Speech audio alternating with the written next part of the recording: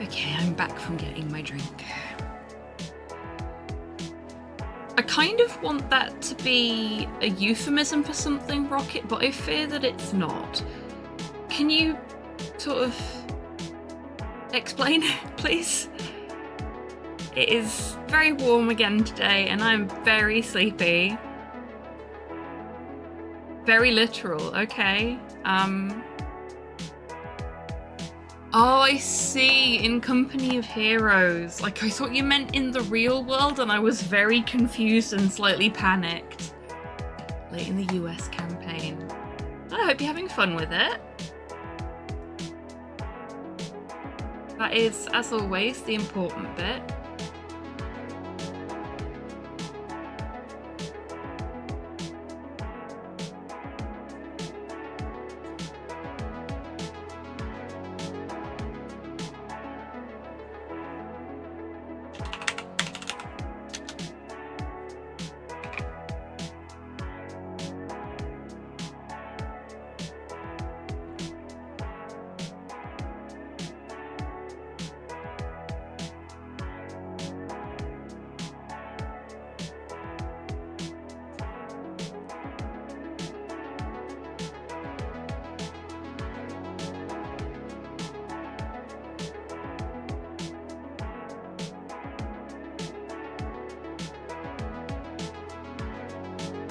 Oh, fuck you, Twitch.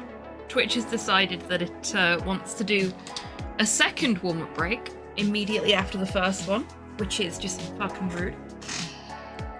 But here we are. At least I started the stream early and we don't have to contend with this after I've started late or anything like that.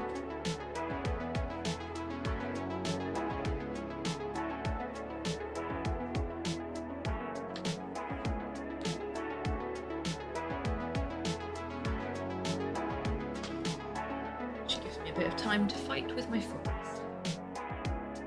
Not literally fight. I've got a very nice bit of cushioning material that I bought a while back that sits on top of it, but I've not had the opportunity yet to make a cushion cover for it, and it feels really weird against my feet. So I've got like a blanket over the top of it, and sometimes the blanket falls off. There we go. Everything is where it's supposed to be.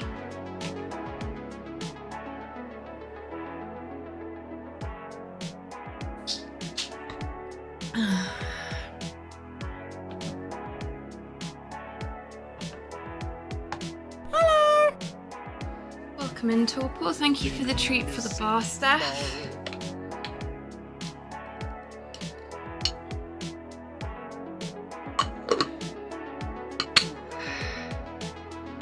It is warm today. I am very sleepy.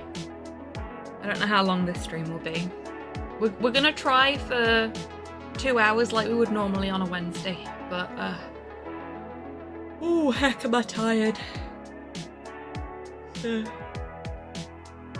a busy few days. Very busy few days. And look at that, the warm-up break is finally over. Get right on into it, shall we? Hi. I am dressed for court, as always, but I am dressed for summer court today.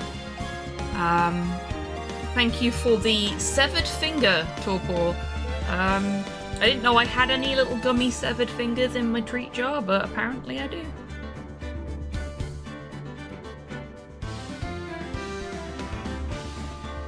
It tastes like apple. You enjoy your time in the Lurkers Lounge, Tidders. Thank you, boobies. It's lovely to see you, as always. So, previously on Phoenix Wright Ace Attorney, I have something for this.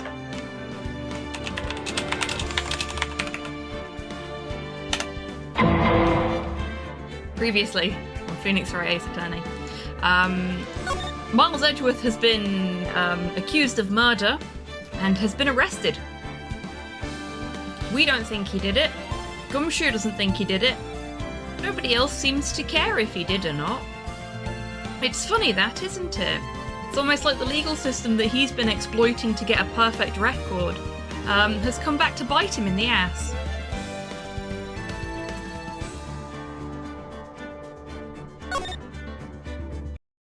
But we have said that we want to defend him. He doesn't want us to defend him. He has decided that he doesn't need our help.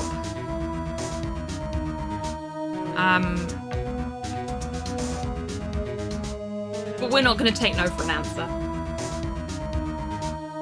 This is the one occasion where consent is not key. Because he needs somebody to defend him, and nobody else will do it. So, let's see where we've got that we can go see Grossberg. I can't remember if we've already done this or not. So we'll go see Grossberg. No, we have not.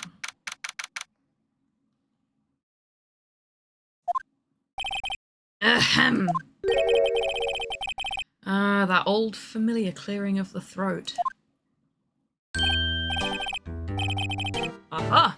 You're Mia's something, are you not?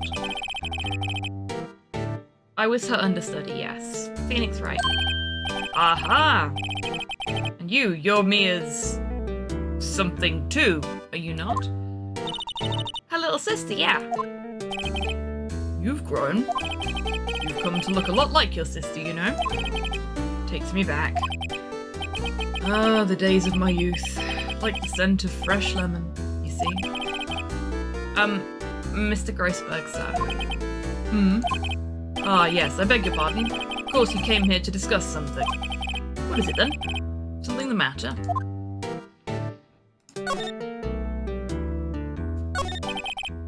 Mr. Grossberg, whatever happened to that painting? Now, we do know the answer to that question. But, it'd be good to get it from the horse's mouth, so to speak. Please excuse any barking that you might be able to hear. Sounds like we've got some very excitable doggos on the street. But I need to have my window open, it's very warm. Oh yes. I do not think it shall ever be coming back home to this office. Can't exactly claim it as stolen. Suppose it's my just desserts. Old, bitter desserts. So, for anyone that doesn't remember or wasn't here for that particular case, there was a man extorting money and information out of Marvin Grossberg. And one of the things that he blackmailed out of him was a painting that he was particularly fond of. It was a garish painting. So, really, man's done the office a favour by removing it, but Grossberg liked it, so he's kind of sad about it. What happened? Hello, Cypher. Welcome in. Thank you very much for the contribution to the Resist or Serve challenge. Let's see how long it takes Chibi to wake up. Wow. Brosode. Quite a while, it seems. No worries, Rocket. Good luck on your trip to the pharmacy. I hope the quest for meds goes well. I started early. Oh, I did. Yeah, I was supposed to start at 6:30. I got eager. What can I say? I'm used to starting at 6 on a Wednesday, and I finish work on time. So I just went into autopilot, but I needed to be online at 6. So here we are. Which means I'm gonna miss the wheel spin this week, but oh well. Hey, this means I get an extra half an hour with you all. I'll take it.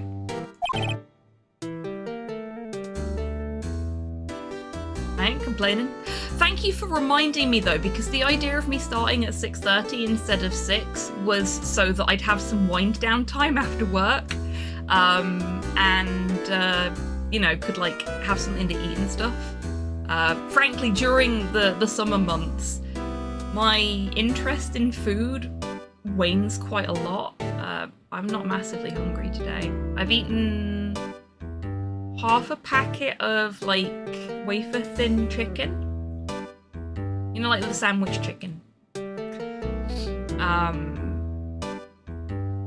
And I've had a couple of ice creams just because it's really warm and I needed to cool down.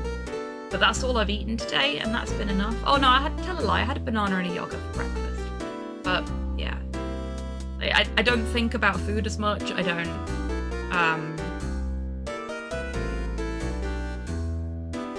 So the things that I wanted that extra half an hour before starting for just completely went out of my head.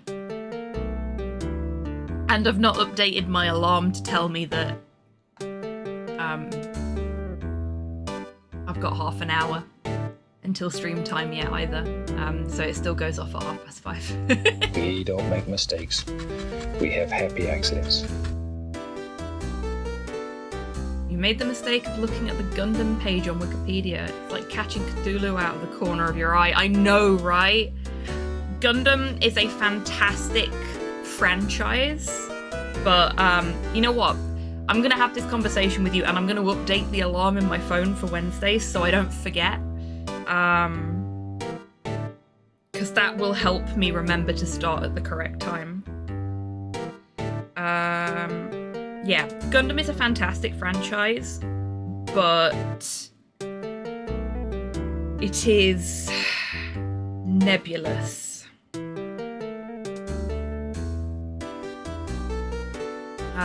And it's very helpful to have a guide, as in a person who knows their Gundam well, to help walk you through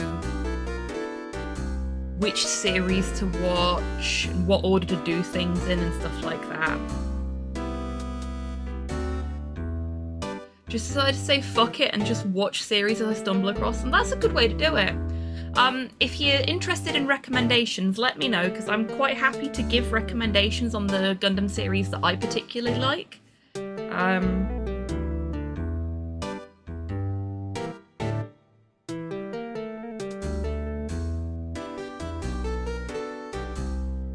Okay, that's fine.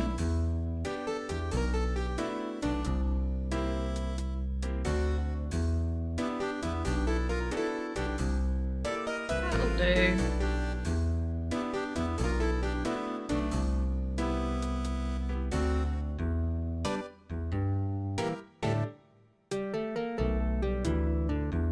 Yep, that's fine. It'll do for now.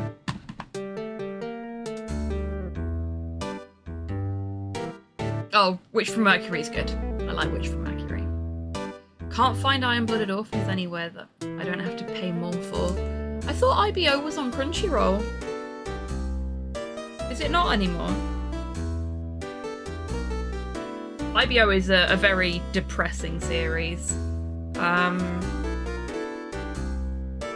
My personal favourite of the big Gundam series, like my personal favourite of the standalone series, I should say, is 8th MS Team. I really like 8th MS Team. It's only available to premium now. Oh, that sucks. Fuck you, Crunchyroll.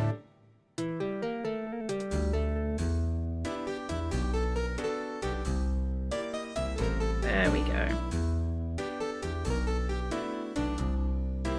Or not, because I forgot to press save the second time. There we go. Now my alarm is set up. Hello there. This defense attorney is sleepy and cooked from the sun. You and me both, Kian. Sleepy and toasty attorneys at law. Enjoying G-Quicks, but it's coming out weekly, so you have to wait for new episodes. Yeah, that's fair. I've not started it yet. I tend to wait until a series finishes to watch it these days, because I will forget about it if I'm trying to watch it as it airs. And I tend to have more opportunities to sit and watch something in blocks than I do, like, just sitting down for half an hour every week, if you see what I mean. welcome in, Buff. I hope you're doing well today.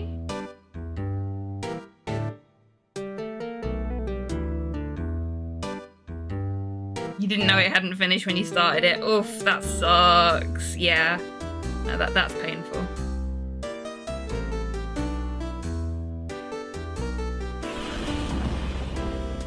Finished my radio script, the Godzilla thing I'm doing. Oh, that's really cool! Congratulations, Buff.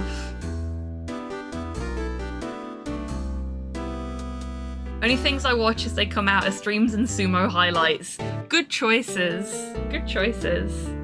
Oh, you know what else I'm gonna do, seeing as I did start the stream early and completely forgot about it. We're gonna relax a little longer. And I am going to let everybody know, in case you've not seen on Blue Sky or in Discord, that I am 14 followers away from playing the god-awful, apparently, I've never played it, Harvey Birdman Attorney at Law PlayStation 2 game on stream. And what we will do is, if I reach that magical number of 1,000 followers on Twitch, before we finish this Ace Attorney game, we will pause the Ace Attorney chronology, play Harvey Birdman, and then come back to the good Attorney games. Buff, Kian, thank you very much for contributing to the Resist or Serve challenge. Never played it either. Yeah, I didn't have... So, as far as I'm aware, it was only ever available in the US. I might be wrong there. I've certainly never seen a physical copy of it in the UK. But it's basically like an Ace Attorney style game, but with Harvey Birdman, and that was exactly what they were aiming for, was like an Ace Attorney style game. It was intentional. But apparently it's awful. And it was a PS2 exclusive, it never got a re-release or anything like that. So, and actually finding a copy that I could get working was very difficult, but I managed it eventually. The cartoon character, yes. It's an Ace Attorney style game themed around the TV series Harvey Birdman Attorney at Law, which, for those that may not know, was an Adult Swim series based off of the character Birdman. They did a pilot episode where basically Birdman goes, you know what, fuck this shit, I hate being a superhero, I am gonna go and work as an attorney. And that is the entire premise of Harvey Birdman Attorney at Law, is that Birdman, one of my favourite childhood superheroes, Hanna-Barbera superhero,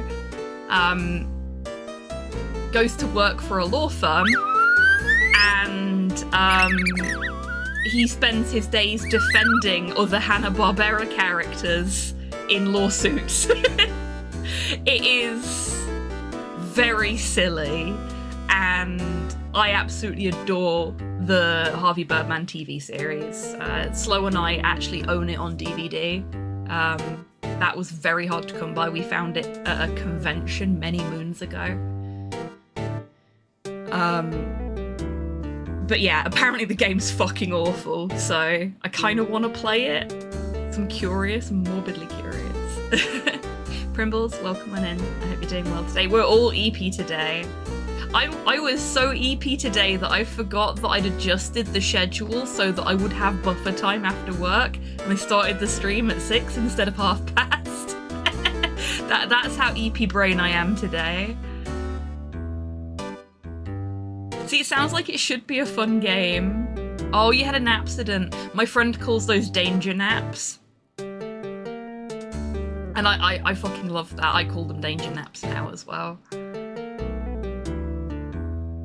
Yeah, it sounds like it should be a fun game, but apparently they just, it's cobbled together.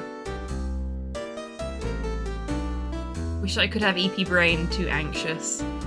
Yeah, I understand that, Buff. I have spent a lot of time having anxious brain, and now I just have EP brain. Sometimes the anxious brain goes away, and then everything's just like, wow, we're really tired now. Okay, I'm gonna get back to the game now. Oh, murder? You haven't heard? I, just got up, you see. Well, Miles Edgeworth shot someone with a pistol. Edgeworth? What? Who did he shoot? Well, the identity of the victim is still unknown. This is terrible news indeed. Guess he hasn't heard anything.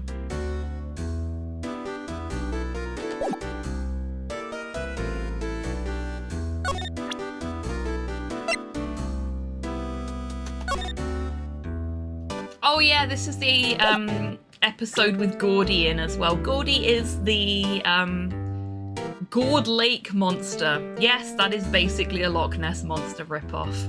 We'll let them off. Hotel beds are the cure, apparently. Slept so well I was drooling last time I was in a hotel. Ooh, that's interesting, that is, Buff. We love Gordy. Yeah, we do.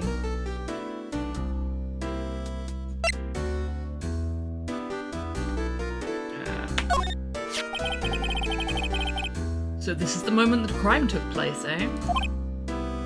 Maybe it's the mattress that's bad. Maybe it's the mattress that the bed had. Maybe. It could be a combination of factors. Didn't they name check Nessie? I think they did, yes, in the news article. Yes. You can't really say for sure that's Edgeworth. I'm not sure whether that's a good thing or a bad thing. Not sure at all.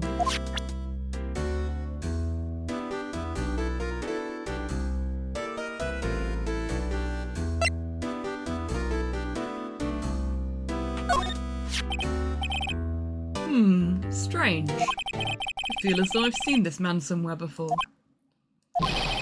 Ah, did you remember? He was a lawyer, here in my office. Marvin, buddy. You don't know your own lawyers?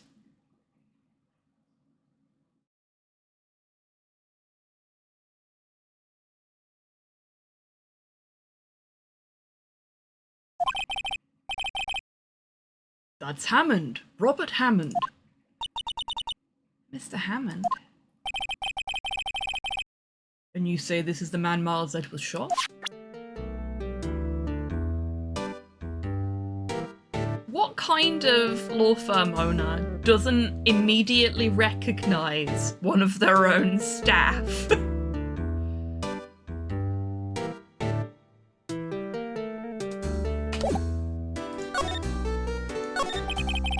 Who is this Hammond guy anyway? Mr. Hammond. He was the defense attorney in that case. That case? Yes, the DL6 incident. DL6? Why does that sound so familiar? Perhaps you remember. I'm sure someone mentioned it during the trial for Mia's murder. Methinks Grossberg is losing some of his faculties in his age, maybe.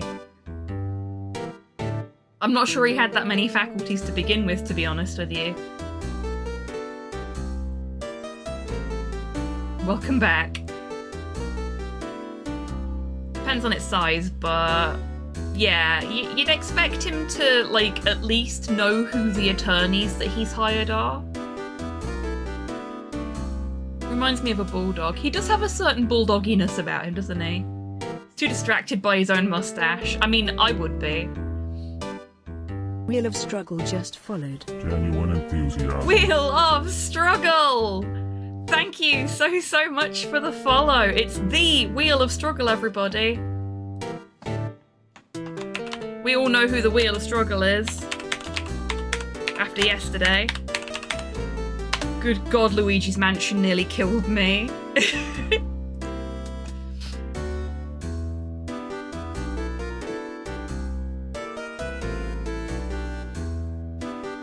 It was fun though. DMAC? No, DMAC isn't the Wheel of Struggle. He is definitely an emissary of the Wheel of Struggle, but he is not the wheel itself. Wheel Wheel of Struggle was, if I'm not mistaken, set up by a lovely fellow called Kythius.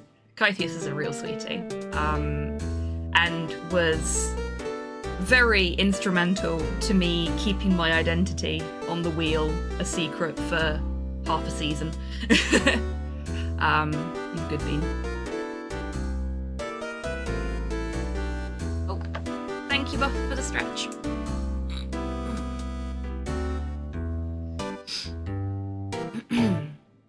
That was the incident where the police were so at a loss that they used a spirit medium.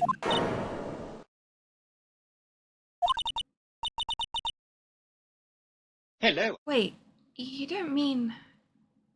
Hello, Mod Hale. Welcome in. I hope you're doing well Get today. nice and moist for me, won't you? How is our favourite ace and attorney? Well, Phoenix is just about to have a truth bomb dropped on him, for want of a better description.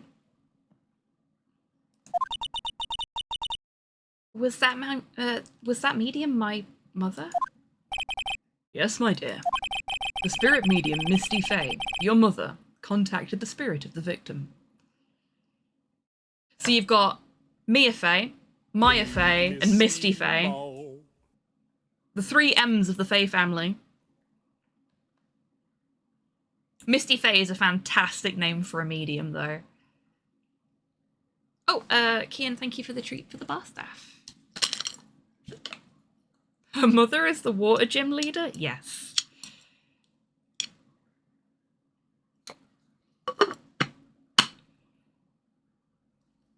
It's a gummy worm. And a big one, too.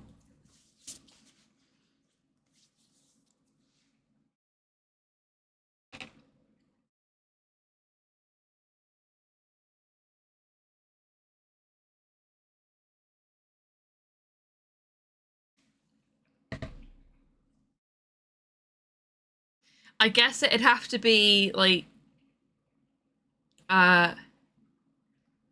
M-I-S Faye for Misty, M-I Faye for Mia, and M-A Faye for, Maya.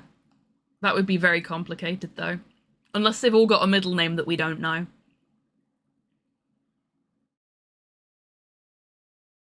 Oh, that's very cool, Mod Hell. We love a beaky. We absolutely love a beaky helmet.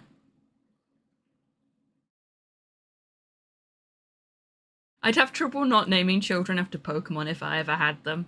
That's fair. I mean, can't be any worse than what that poor kid of Elon Musk's is called. Hercule is a great name. Like, all of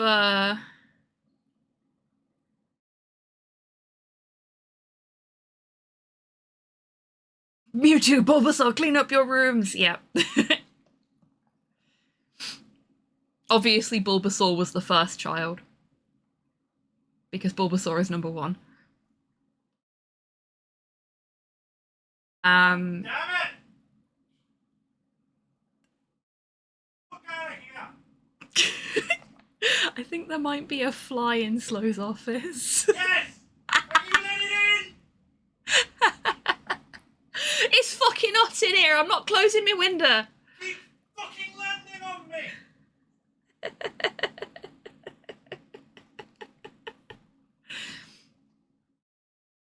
Oh dear.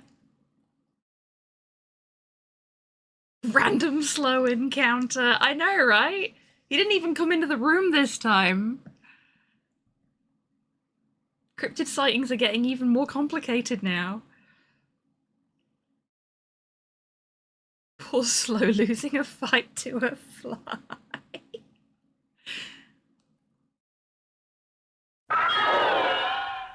Perhaps Bulbasaur is not Slow's preferred name for a child. Maybe.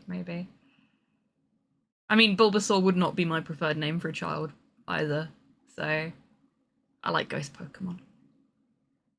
Has he used his heat vision yet? No, he hasn't. He's not allowed to use the heat vision in the house. Not after last time.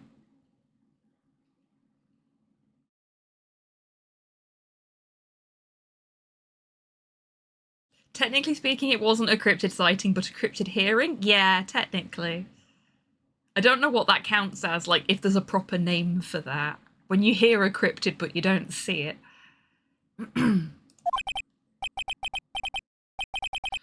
But the case was a loss. No conviction was made.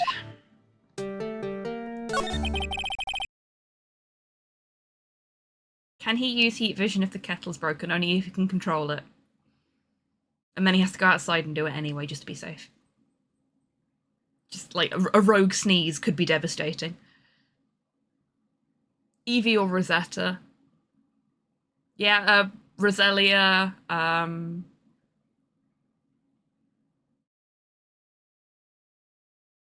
might even be able to get away with like Shaman.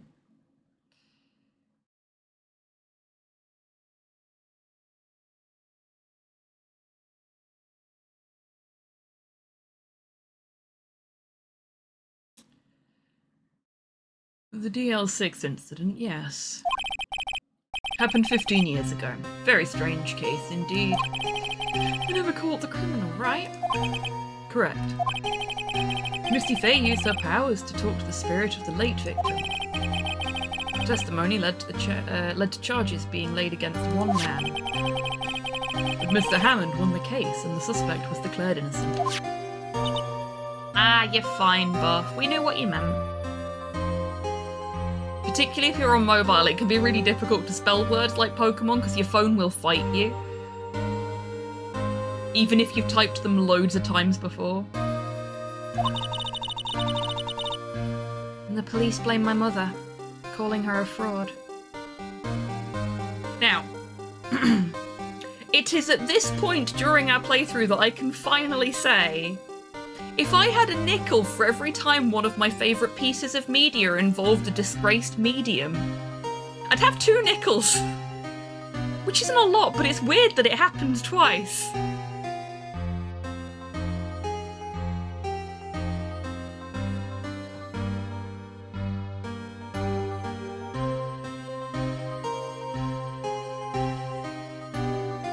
I have fond memories of my old phone correcting Pokemon to Park Mints.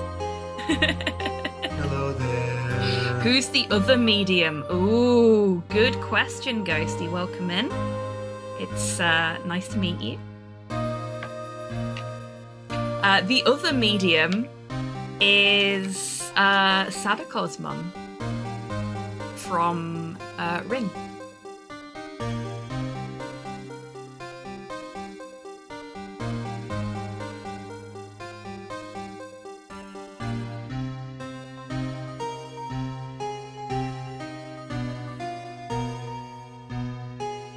Park Mint sounds like a euphemism. It would also fit really well into the song Park Life, and that makes me a little nervous.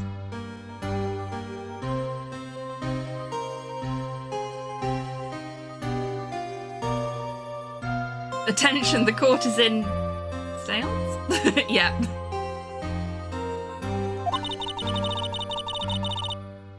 You were the one who helped her out then, right, Mr. Grossberg?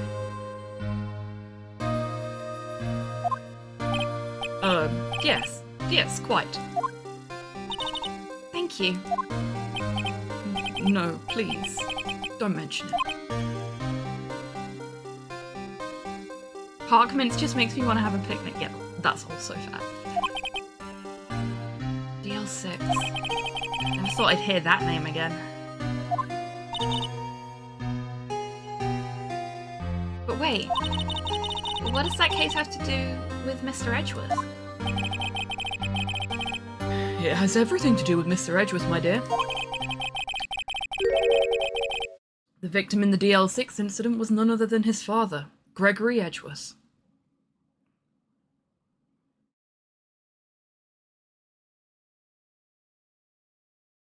Had a horrid thought this afternoon. A perfectly manicured lawn implies that blades of grass are in fact something's fingernails. Oh my god, that is cursed, Modhail. Thank you.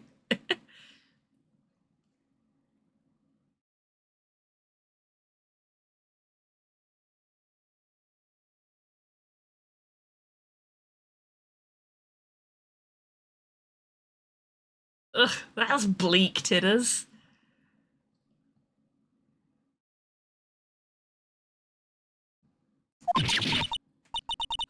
His father? If you want to know more, you should ask him yourself. Show him this. I'm sure he'll talk to you. Wait. This is a photograph of my mother.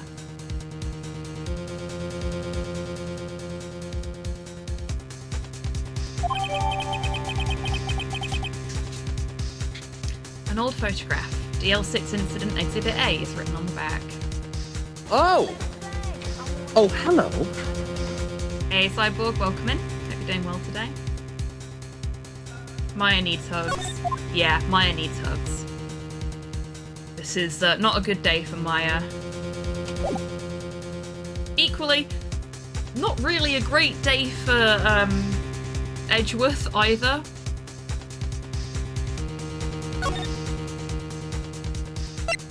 Right.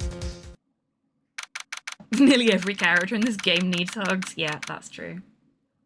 Actually, I think every character in this game probably needs hugs. What's this? I was hoping you'd gotten my message the first time. Edges, what about your defense?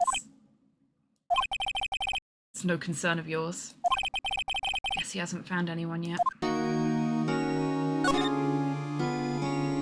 He's not going to talk to us until we've shown him the picture, so... because we've tried before.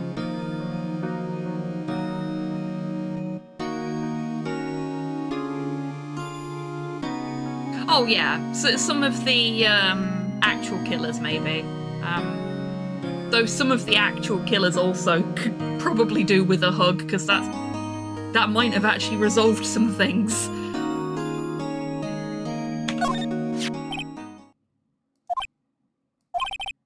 Edgeworth?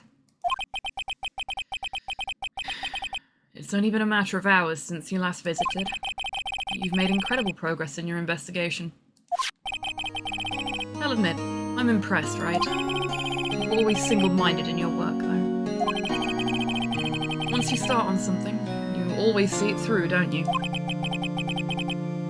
About the DL6 incident. Right. DL6.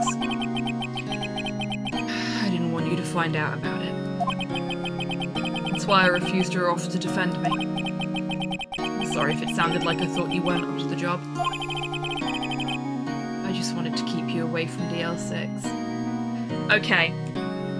That's nice. Now I don't remember if he did that in the original, and bearing in mind I played the original on my DS, so I had a much smaller screen to look at. But the way he's looking away and then looking back at us, and the way his brow is furrowed is just beautiful. Love that. He can't bear to look at us for longer than a couple of seconds.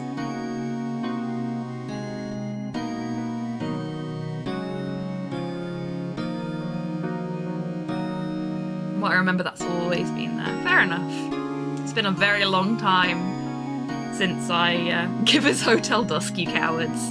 Yeah, Hotel Dusk is such a great fucking game. But there's stuff in there that you cannot, like, port over to a modern console because of the way it was designed. It was designed specifically for the DS. I would love it if they found a way to update it for a modern player base. Genuinely. Because I would share it with you all immediately. I do have something in the pipeline for that, though. If I can ever find the time and the energy to sort my DS out, I will play The World Ends With You, the original version of The World Ends With You, because the remaster's not as good in my opinion. It's not as enjoyable to play. And we'll play Hotel Dusk. And we'll play Devil Survivor. Because DRM stops me from doing that. If this game series doesn't end with Phoenix and Edgeworth getting married, there will be violence. I'm saying nothing. I'm saying nothing. All I know about that game is the trailers and art style. I never had a DS. Fair enough. So, Hotel Dusk is one of my favourite games. you might see a pattern here. A lot of one of my favourite games type games are DS games, because I was playing on a DS during what were basically my formative gaming years. So I've got a lot of nostalgia attached to my Nintendo DS, which I don't have anymore. I have a 3DS XL now, which I love anyway, but I wish I'd kept my old little, like, DSi. It was a good little machine. This game series ends. Not that I'm aware of. It sleeps for a bit and then comes back. Oh, bless you both, that sucks. I mean, I would play the shit out of that mod hell.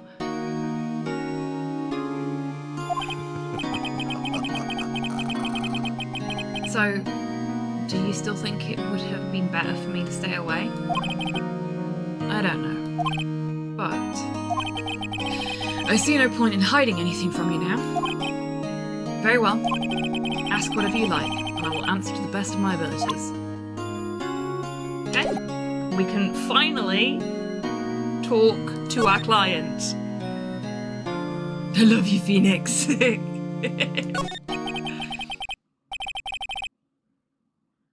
The DL6 incident was when my father died. Right before my eyes.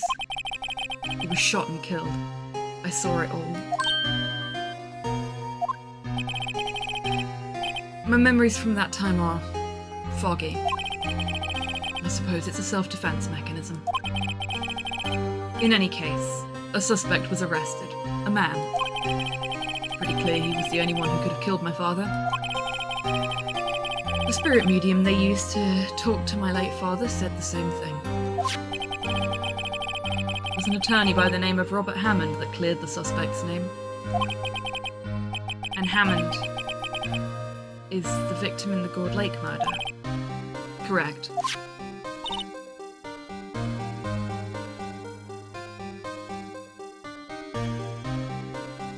Really buff, damn.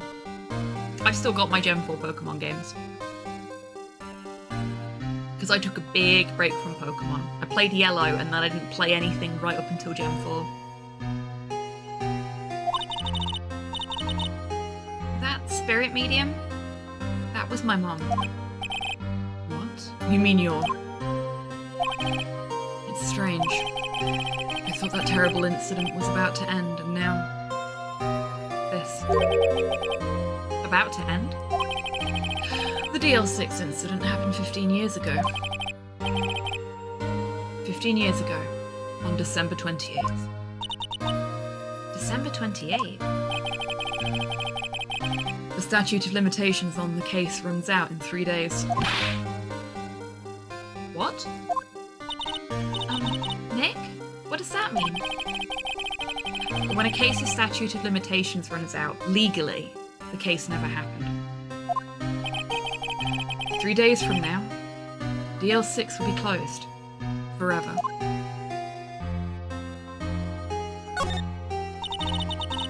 What happened to the suspect? The one who got off innocent? I don't know. He disappeared from public view. Nobody knows where to. He's still alive. He'd be about 50 years old now. I guess I can understand why he'd go into hiding.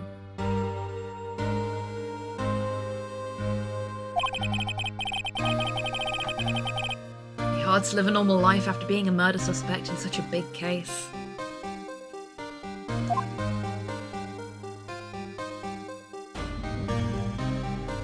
"3 days until Gojira arrives," yep.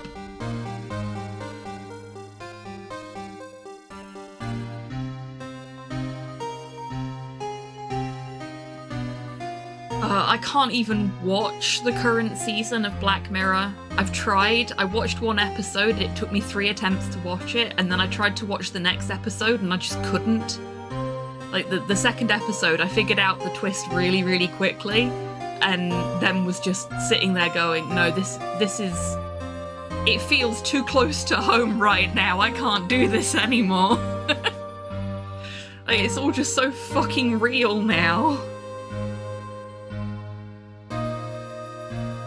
Never seen that show.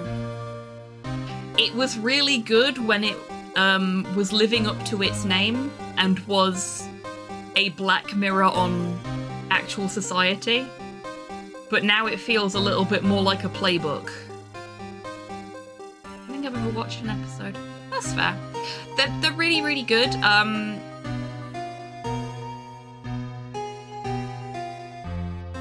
Not quite, Kian. So each individual episode of Black Mirror, with a couple of exceptions, is self-contained. But they are basically short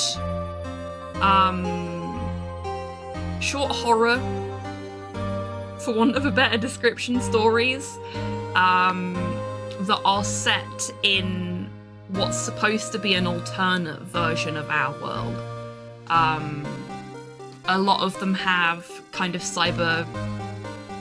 Yeah, Modhel's put it nicely there, dystopic cyber horror. A lot of them have, like, cyberspace elements. There was one episode that, in the first season, I think it was, that became a bit of a meme because it's about the Prime Minister having to fuck a pig head. Or having to fuck a pig. And then, not long after the episode came out, the whole thing with the Prime Minister fucking a pig when he was at university came to light. And Charlie Brooker, who writes these, you may know Charlie Brooker from some of his other work, posted a tweet where he said something along the lines of Black Mirror was supposed to be satire, not a playbook. But they're supposed to be a dark satire of the mess we will get ourselves into if we're not careful. Unfortunately, it's now more of the mess we have gotten ourselves into, just taken to its logical conclusion.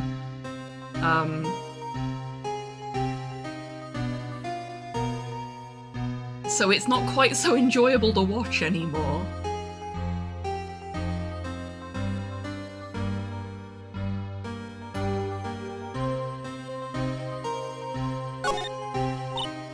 But if you can cope with that kind of thing, I highly recommend the earlier seasons, and if you can cope with things that are very close to home right now, the new season is good. I don't have the emotional energy to deal with my fictional media just hammering me in the face with what's going on in the real world at the moment.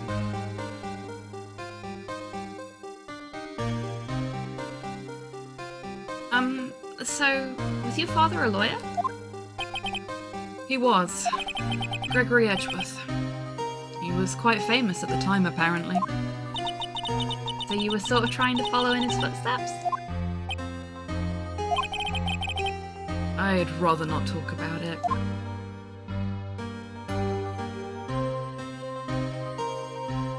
How close is it to what's going on? Okay, so the first episode of the most recent season is about the monetization of the American healthcare system and how it's driving people to their graves.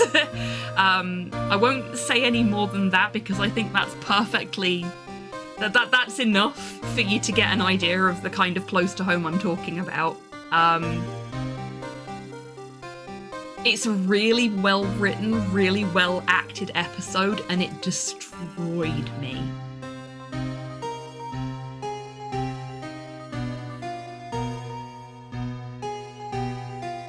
But it's very good.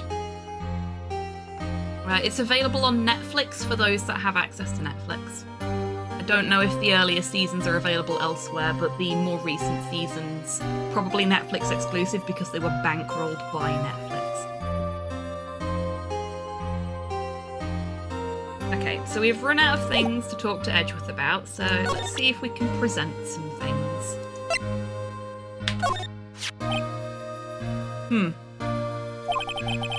Who would have thought there'd be a photo? Edgeworth, do Did you shoot him? What do you think, right? I don't think you're the kind to point a gun at anyone. No. So you didn't shoot him? No, I didn't. It wasn't me. Right? Hmm? It pains me to ask you this now. I know, you want us to defend you. Yes. Will you? Ah, who could have guessed this day would come?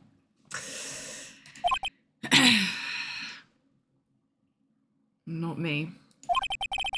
This is my chance to finally pay you back. Pay him back? Pay me back? For what? I don't remember ever doing anything for you. Never mind. I guess you don't really need to know.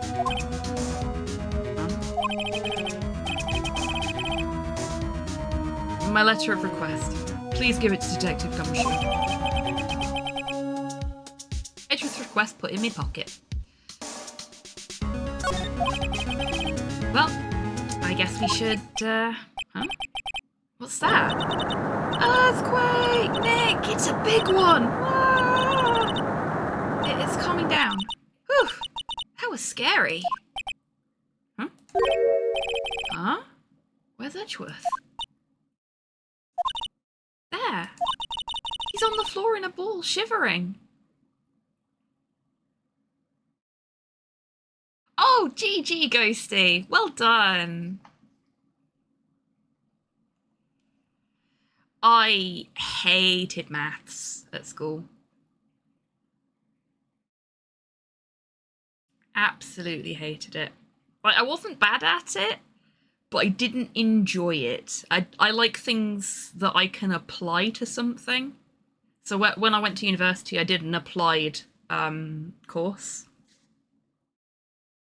And I learned better because it was actually applying shit to the real world. But when you're doing just like pure maths, that's not really my vibe. And power to people that like pure maths. I know a lot of people who do. Yeah, physics is fun because physics is applied maths. Does Japan get a lot of earthquakes? Yeah. Depending on where you are in Japan, it can be worse than other areas. I was terrible at maths. See, I've heard a lot of people who play Warhammer say that they're terrible at maths and then be able to calculate the point cost for their army without having to use a calculator or anything like that. So genuinely, I think the problem isn't that people are bad at maths, it's that schools are bad at teaching maths in a way that works. My dad plays Warhammer. Oh, your dad would get on well in this community then. Most of us are Warhammer players here.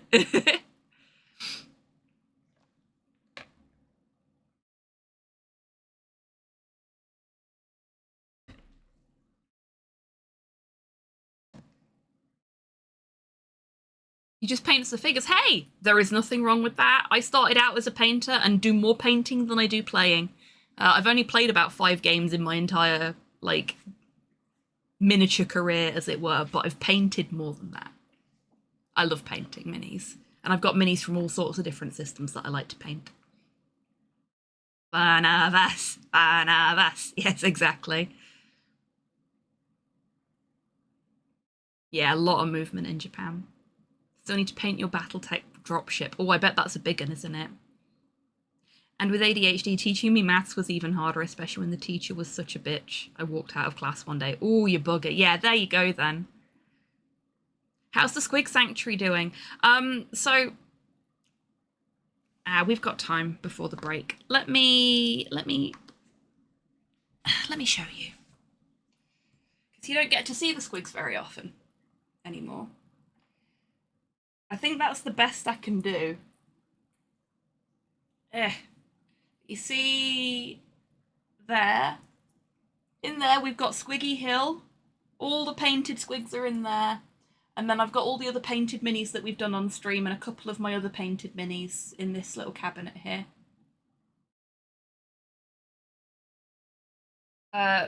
Sanctuary itself, I've got nowhere for it at the moment. But... Oh, God, that's dark now, isn't it? There we go. Stay camera. Oh, totes profesh.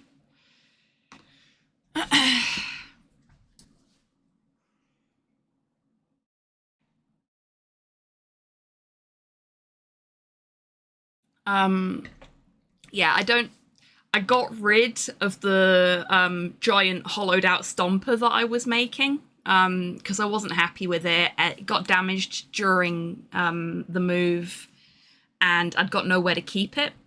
So that's gone. But I intend to try again, like, just from scratch at some point in the future when I've got somewhere to actually put it. I will make a new stomper for the squigs to live in. But for now, just a little sanctuary. And there's nothing wrong with that. Oh, and I can't show you all of them right now because we've got a break coming up soon. But I've also got from Kickstarter that I backed a little while back a series of weird little guys. You can just see that one there. Let me put Recycle Cam back on. There you go. Can I get the camera to focus on the weird little guy and not my hand? No, I cannot. No, it just doesn't want to.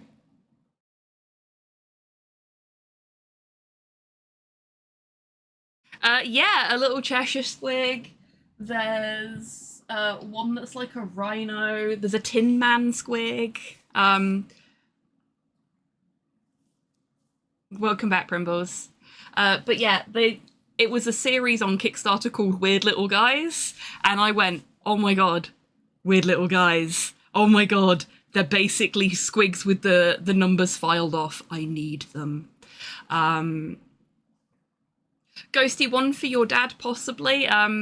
I own one of every single kind of squig, starting with the very first thing that was kind of squig-like, all the way up to the early 2000s squigs. I don't have any of... I do have some of the newer squigs, but, like, I have all the Rogue Trader squigs. That'll mean something to your dad, I'm sure. And all of the 90s squigs. I am a squig collector. I also have some off-brand squigs. I like weird little guys.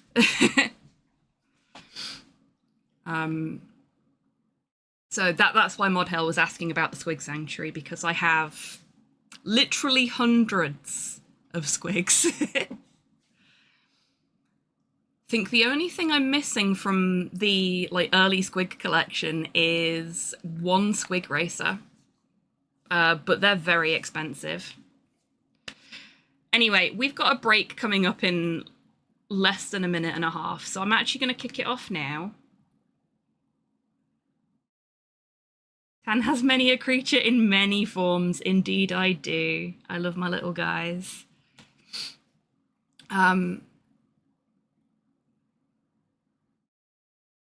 That's very cute, Cypher. I love that. Okay, right. Now is a great time, everybody, to grab a drink, grab a snack, have a stretch, get some fresh air, all that good stuff. And I will see you in 3 minutes after I have done the same, and we will get some more Ace Attorneying done. I know today's been a little bit all over the place so far. I'm just having a nice chill time with you all. And you don't seem to mind. Anyway, I'll see you in 3.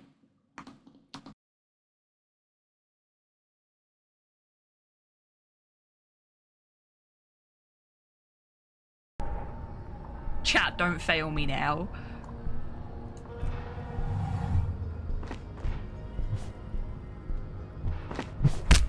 Oh, yes! That was really good form from Harry as well. Bravo, Harry. Muscles and sinew. I'm out of ammo. Okay. Time to kill God with an SMG.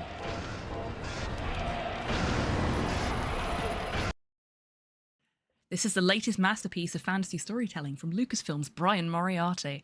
Why, it's an extraordinary adventure with an interface of magic, stunning high resolution, 3D landscapes, sophisticated score, and musical effects.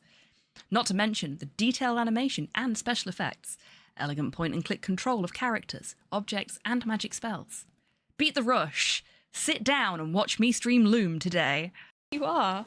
And now nobody can see anything but your butt. Nobody wants to see your butt. They want to see your beautiful little face. Which they still can't see because you're too short. Oh, baby. No, no kisses. Ah, he licked my nose.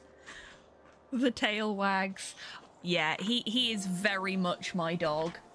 Like, he likes Slow, my partner, but fucking loves me. Rude. What the? So, why? No! No!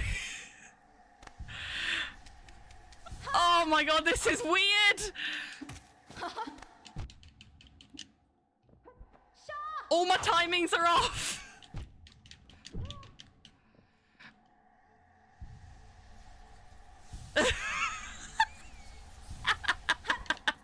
You fiend!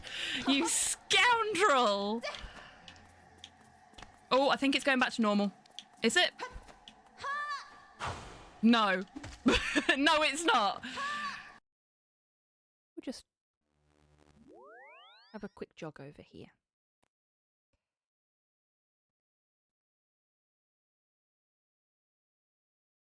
Oh, too far. No. Oh, shit! I'm so sorry! Oh, I accidentally punched a gnome to death.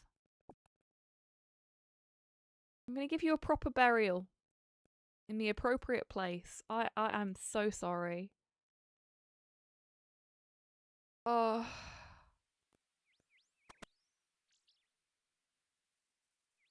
Let's find a nice tree to bury the bones under. Welcome back from the break, everybody. I hope you're all feeling refreshed. I took the opportunity during the break to see what the wheel spin was this for this coming week. And oh, heckers, everybody. It is a doozy. So I'm planning, if I have the energy tomorrow, to catch up on week 7, which is Marble Madness.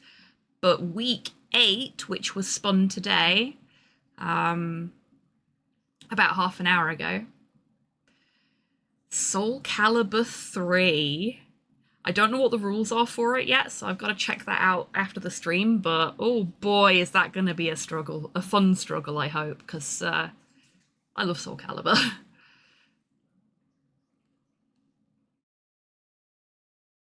Has the Patrick Stewart seal of approval. Really? I didn't know that. It's got the Cinema Therapy seal of approval as well. But yeah, I love Galaxy Quest. It's great fun. And I am a little biased because it has Sam Rockwell in it, and I love Sam Rockwell. I have a lot of time for that guy. He gets cast as a lot of arsehole characters, but the man is just such a fucking cinnamon roll in real life from what I've seen. And he's very supportive of minority rights in general. I was going to say trans rights, but no, it's not just trans rights, it's minority rights in general. Just seems like a really good guy.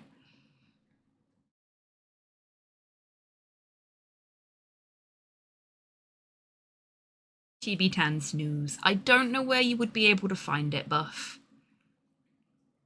But you can Google where to stream and then the name of a movie or a TV series, and there are websites that will just list all of the places that you can watch something and tell you how much you have to pay for them if they're not included in the standard price of that streaming service. So that might help you out. And they do it by geographic location as well, so don't have to worry about it giving you information for American Netflix users or something like that, if that's going to be an issue for you. So, Edgeworth's on the floor, in a ball, shivering because of an earthquake. He's not good with earthquakes. This is the first we've heard of it, and it's the first we've seen of him not being completely just composed, completely poised. He has let his guard down in front of us. in a really special kind of way.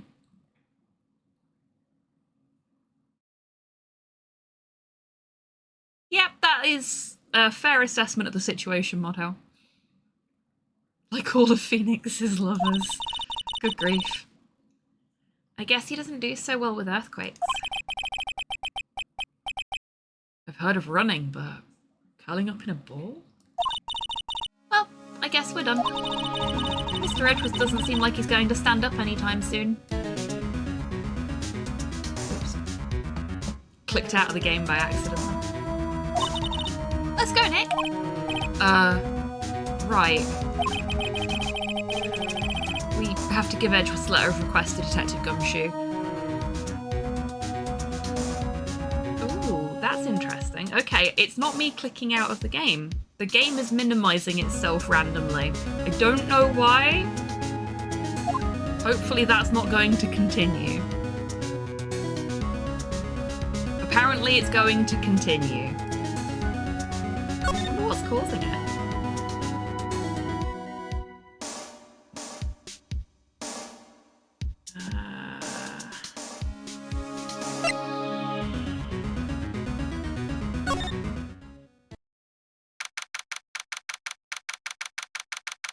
He was perfect as the self-absorbed asshole. He's very good at that. What's going on here? Eek. What's wrong, Detective? This wild lady comes in here just a while ago. Says she's come to talk to you all after hearing what Mr. Wright had to say. What's this all about, pal? Oh, of course. Lot of heart. Why are you going around finding more witnesses? You want to give Mr. Edgeworth a death sentence, pal? No, not at all. Just, I mean, she did see something. There's nothing I can do about that. I can't go around covering up evidence. You trying to say something is about the way I do my job? No, sir. What I'm gonna quickly do, because I'm a little nervous that the game's gonna keep doing this, like, tab out thing. I'm gonna quickly save. And I'm going to close the game and reopen it.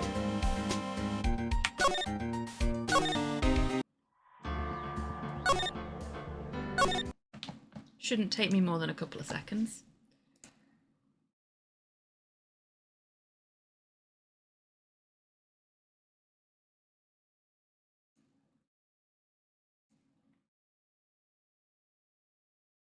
Ta-da!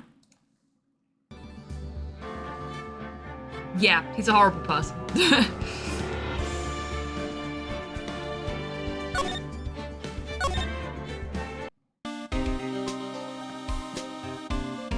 Okay.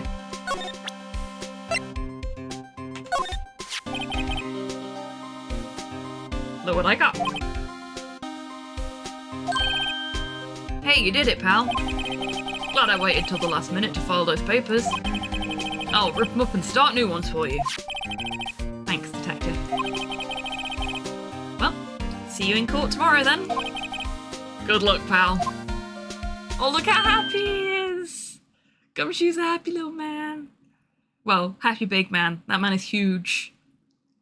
I don't know how tall he is, canonically, but I'm guessing he's, like, 6 to 6'5".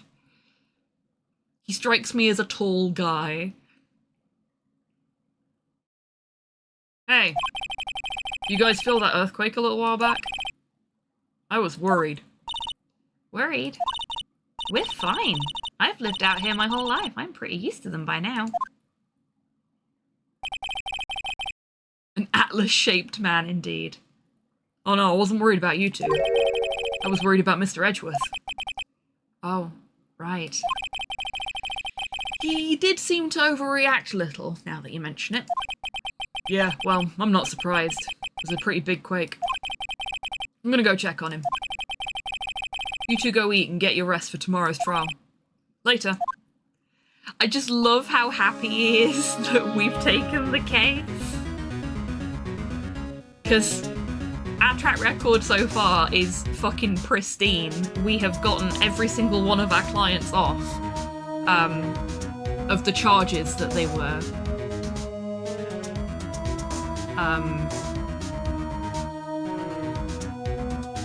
in court for, not for anything else, before anybody decides to lewd that comment.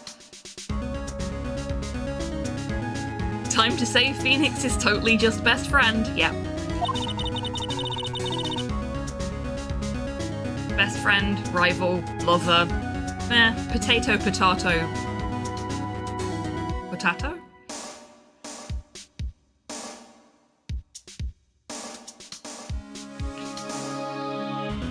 I wonder what it is with Mr. Edgeworth and earthquakes. I wonder. I was never that scared of them when he was in school.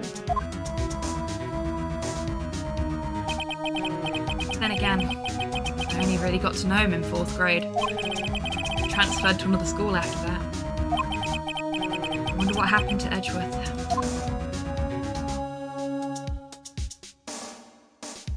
Now, bearing in mind how old they're supposed to be, he transferred in probably 5th grade, seen as Phoenix got to know him in 4th grade. 15 years ago, his father was killed in front of him. And they are supposed to be in their early 20s, which makes me crumble to dust on the fucking spot. But, you know, we just have to cope with that.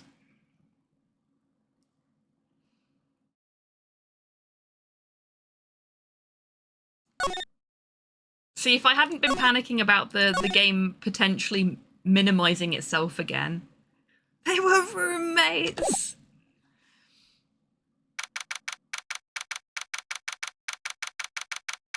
Okay. Defendant lobby number 2. Our favourite defendant lobby. Karma? That's right. Manfred von Karma. He's the best prosecutor there is. He hasn't lost a case in his 40-year career. Now, I'm gonna try not to smirk all the way through when we get to see Manfred von Karma for the first time, but there are many meme videos based on this series of games, and I have very fond memories of some specific clips from those videos that are von Karma. Whoever is behind this wants Edgeworth fucking gone. Yep.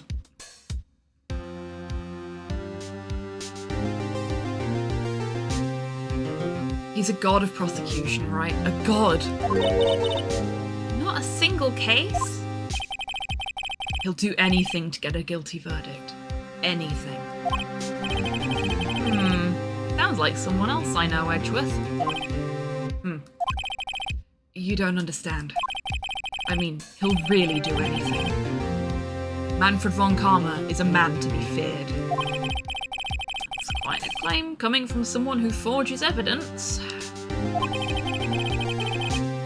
He taught me what it really means to prosecute. What? Just picture a prosecutor as vicious as me, multiplied by a factor of 10. So he was your teacher then, Mr. Edgeworth? Something like that. And now he's trying to get you found guilty? What a creep. Oh, wait. Maybe he's planning on losing on purpose to help you out. Not a chance. He hasn't lost once in 40 years. 40 years. He's as ruthless as me times 20. That's pretty ruthless. I really appreciate that Edgeworth is aware of how ruthless he is and how much of an asshole he comes across as in the courtroom. Like I said, he's a god among prosecutors. I guess that's something like Mia was to me. He doesn't mince words, no. Speaking of Mia, Maya? Uh-huh. We could really be using Mia's help right now. Don't you think? Oh. I can't. Sorry. I tried. I really tried. I couldn't reach. You couldn't reach? I think it's because I haven't been training. My powers are weak again. Oh man, what bad timing. Time for Phoenix to follow JRPG tradition and kill God, indeed. No cheating, Phoenix. Yeah, you're not allowed to cheat in this case. I'm really sorry. I'll try my best. I hope so. What are you whispering about? Oh, it's nothing. Well, it's time. Let's head in.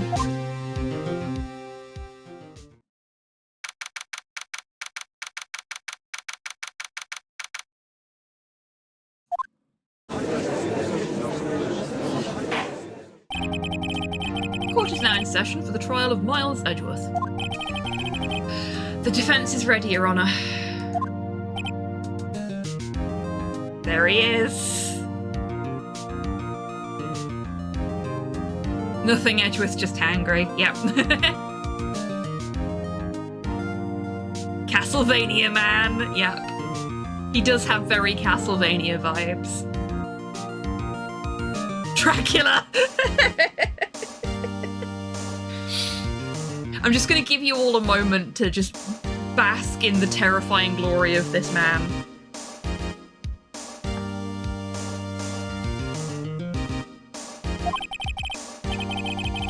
What is the nature of a criminal? Bravo, Cypher. The French Revolution called. That is the most JRPG looking noble ever, I know, right? They want their noble back to the guillotine. Well, bravo. That's it, everybody. Psych him out, sass him, make him feel self-conscious. It probably won't work, but we're gonna try. We're a great attorney team. I'm proud of you all. Mr. Von Karma, is the prosecution ready? Fool. You seriously think I would stand here? Were I not completely prepared? Right, my apologies. He's even got the judge scared. Very well. Your opening statement, please. Decisive evidence. A decisive witness. What else could possibly be required? Nothing, of course. That should be fine. The prosecution may call its first witness. What's with this guy? Is he royalty or something?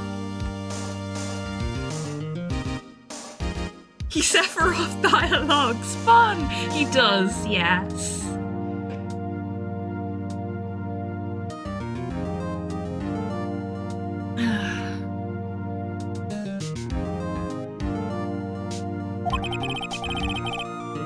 Supposed to fight against this? I mean, he is aristocracy, judging by the name. I call the detective in charge of this case, Detective Dick Gumshoe. Okay, Gumshoe's first. Let's see how this goes.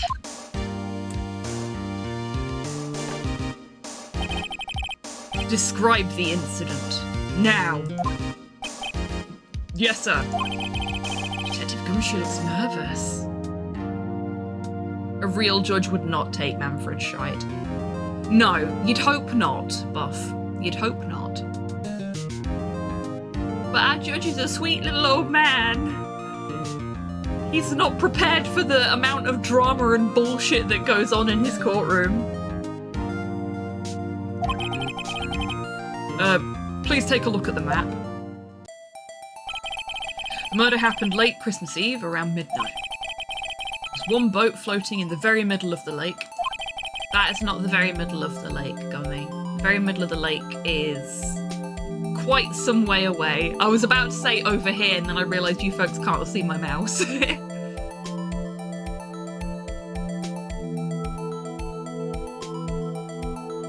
Judge, I had for the case I was jury on wouldn't. She cut through bullshit like a hot knife through butter. Excellent, that's what you like to hear. There were 2 men on the boat. Now, there happened to be a woman camping here on the edge of the lake. At 12:10 AM, she heard 2 pistol shots. Then the boat started to move, went towards the boat rental shop.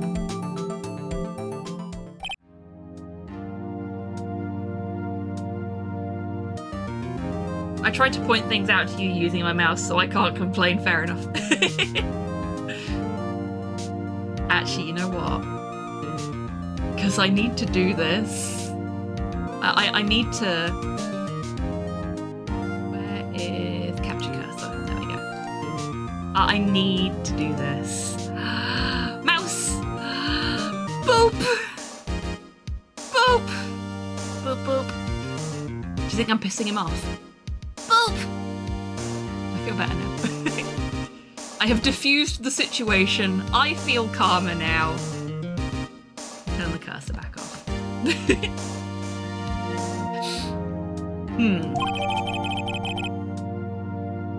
I think life is pissing him off. Yeah.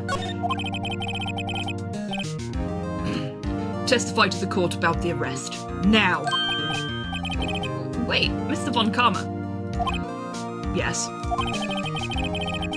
Actually, I'm the one who's supposed to be handling these proceedings. Wrong. There is only one thing you need to do here. You will slam down your gavel and say the word guilty. That is your role. Yes, of course. You're quite right. No, he's not!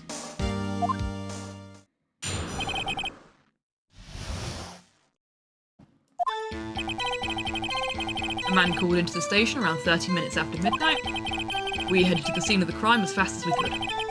That's where we found Mr. Edgeworth. Now, I didn't suspect him of anything at all. But the next morning a body was found in the lake. So we had to arrest Mr. Edgeworth.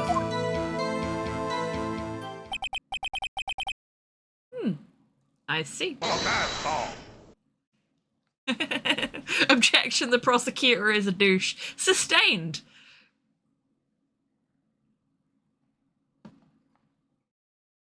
Somewhere in the objection sound effects is Von Karma's objection noise as well, for the record. And for anyone that's not been here for one of the Ace Attorney streams before, we do have objection and hold it, and I have the sound effects for all of the attorneys that use those phrases in every language that they were available in. We also have Eureka, or Gotcha,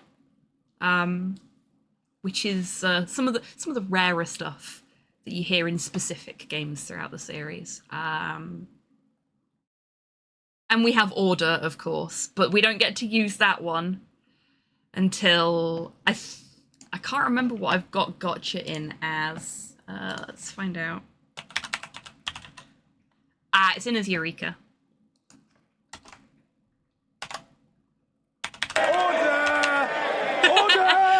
Cypher's just like, no, fuck you. I get to do what I want. We're using Order now. There you go.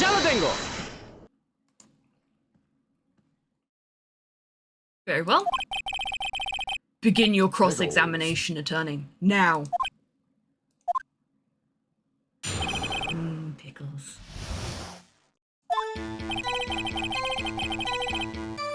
Okay, let's see if we can get any more information on the man that called in. You received a call from a man. Yep. You said there was a woman camping there? She was the one who heard the 2 gunshots, right? Oh no! You Mormoned over his objection! That woman and the man who called in the report are 2 different people, obviously. Different people? There were 2 witnesses. Ugh. Their testimonies were quite similar, however. Today, I've summoned the woman who was camping. The woman who was camping. Lotta Hart. What happened next, detective? We headed to the scene of the crime as fast as we could. Okay. How long was it between receiving the report and your arrival at the lake? Well, I'd say it was about 3 minutes. That's pretty fast. Our motto for the month is get there quick. Detective, you will refrain from casually revealing department secrets. Yes, sir. Sorry, sir. Hey, sir. Welcome in. Thank you for contributing to the Resist or Serve challenge. I look forward to your next year's salary review. So much to look forward to these days. Poor Gumshoe. Gumshoe absolutely needs a hug, because it doesn't matter which fucking prosecutor he has to report into, he still gets fucking abused. This is no time for detective daydreaming. Continue. To 30% now. Thank you for letting me know, Cypher. Yes, sir. Okay. Hello there. Don't worry, Edgeworth, a Belmont or Sigmar will burst through that door and slay Manfred, absolutely. Justice for Gumshoe, hello Pix, welcome in, I hope you're doing well today. What hell, thank you for contributing to the Resist or Serve challenge. What was Mr. Edgeworth like when you saw him then? Well, from what I saw, he looked pretty relaxed. Not like a murderer at all, really. Detective, the court requires the facts, not your opinion. How many years have you been on the force? Facts only, detective. Hard, cold, objective facts. Yes, sir. Man, he's got his share of objections.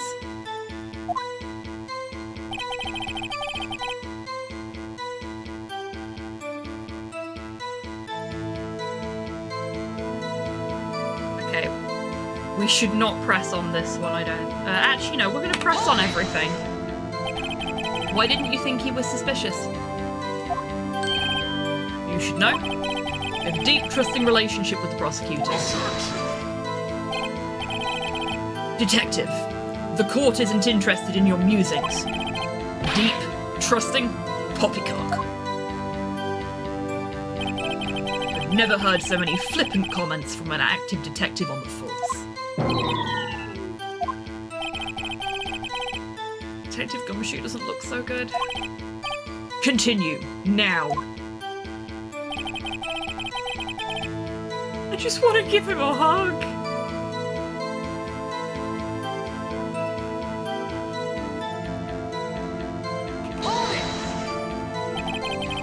Did you find any clues on the body? A single bullet was recovered from the body. It was shot through the heart fatally. Judge, here's the bullet. It didn't strike bone, so its shape is well preserved. Very well. The court accepts this bullet into evidence. It's a 22 caliber pistol. ACAB except for Gumshoe, absolutely. Gumshoe and Columbo.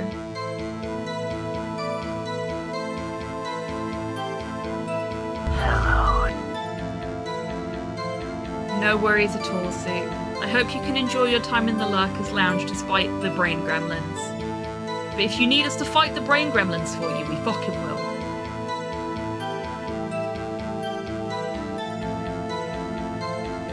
APAB also true. And that includes Edgeworth.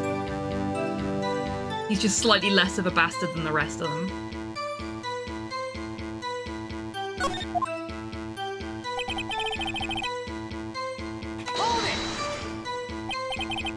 No worries, Cypher. You go and enjoy your dad time. Why is that? Well, we found the murder weapon in the boat. The murder weapon? A pistol. Detective Gumshoe, it's a vital piece of information. Please revise your testimony. Right. Sorry, Your Honor. The murder weapon we found in the boat was decisive evidence. Oh shit, I was gonna press on that. Nick, doesn't it seem like Detective Gumshoe is being a little vague?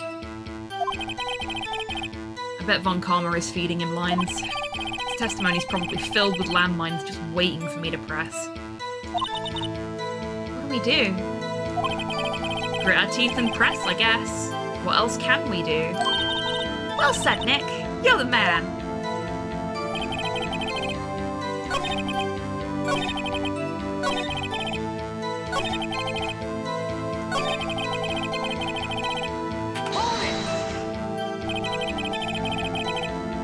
What about the pistol made it decisive evidence?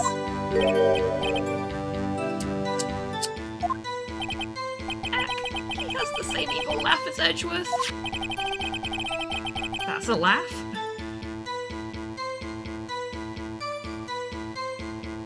There were fingerprints on the pistol found in the boat.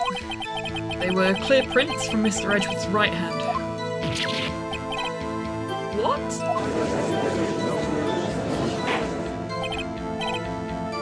Order! Order! So, Mr. Edgeworth's fingerprints were found on the murder weapon. Yes, Your Honor. Judge, this is the weapon in question. Accepted into evidence.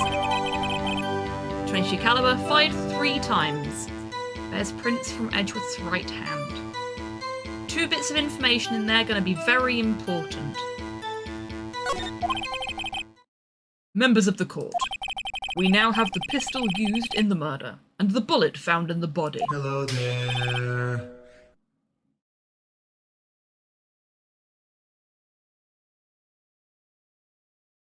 Oh, bless you, Poirot. Welcome in. It's lovely to see you. I guess you were having some issues with chat not loading properly. Twitch does that to me a lot. So when do we discover that Edgeworth is left-handed? You might be onto something there, Motto. Detective. Yes, sir. Was the bullet found in the body fired from this pistol?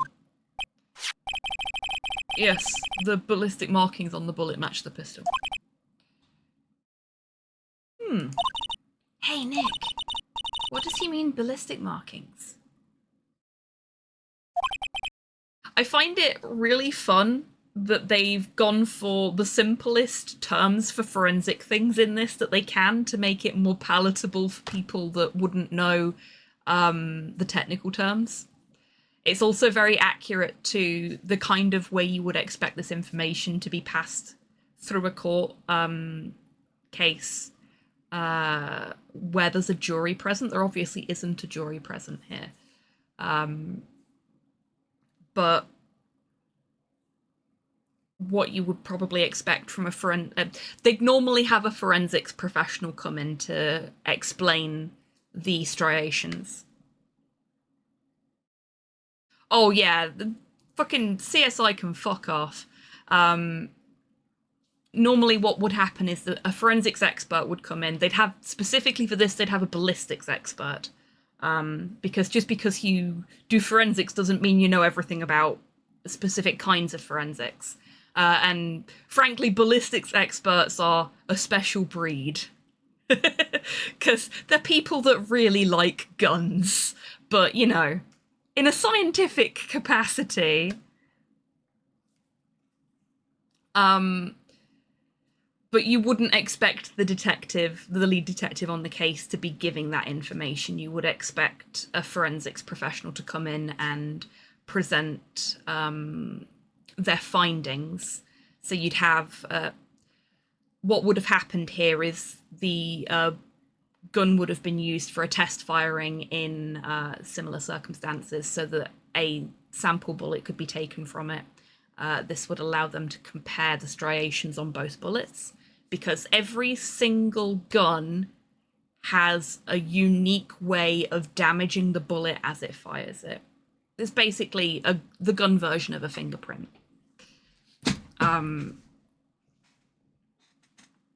They can be very, very similar to each other, but the likelihood of them being identical is exceptionally slim. So there would be someone that would come into the court and would explain that. There would be pictures, there would be diagrams. It would basically be like somebody showing their end-of-year project, but their end-of-year project is about examining a very specific bullet and giving you the probability that that has come from that specific gun. How do I know this? Because I had to do that as an exam. One of my favourite bits of my degree, despite the fact that it was one of the bits I did worst in because I panicked and cracked under pressure.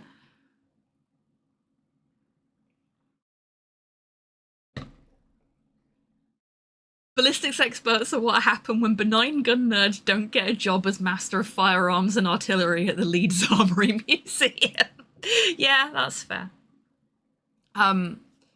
They're a fascinating breed. I wish I could remember as much about guns and bullets as they do.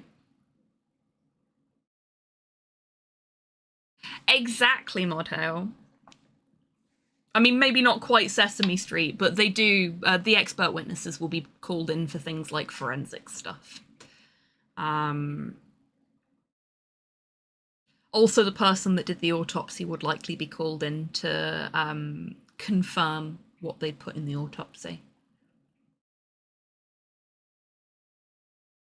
But obviously this is Japanifornia, and things don't work like that in Japanifornia. Shocking. To imagine someone here does not know something as basic as ballistic markings. Also, there's this prick here who thinks everybody should know everything. Nick, he's glaring at me. Very well. I'll explain. Actually, Judge, you do it. Eh? Me? Ballistic markings are like the fingerprints of a gun. The barrel leaves distinctive marks on each bullet it fires. You can examine these ballistic fingerprints to see which gun fired the shot. It's quite accurate. Indeed. This leads to one inevitable conclusion. The bullet found in the victim's heart was without a doubt fired from this pistol.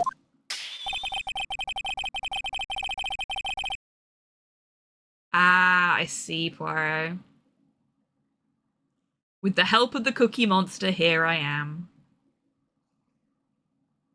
Love that. Love the Cookie Monster.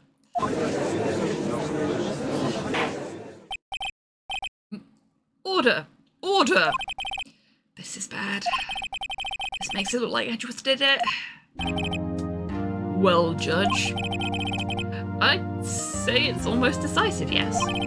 Honestly, I could declare a verdict at this point. However, I hate how smug he is. You wish to hear the witness speak, no doubt.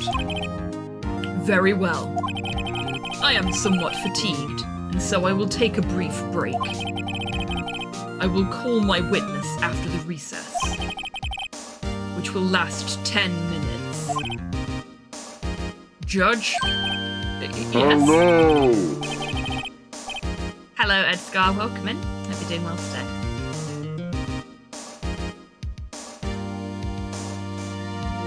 What are you doing? 10-minute recess, now!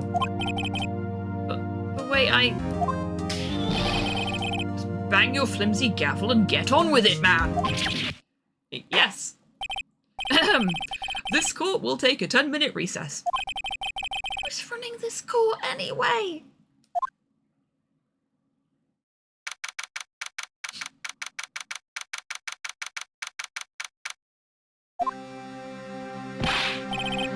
Edgeworth, what's going on here?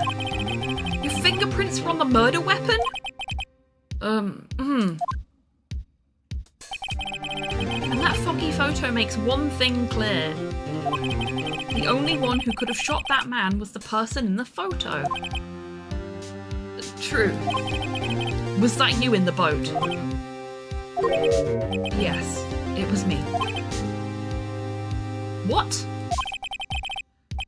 But you must believe me. I didn't shoot him.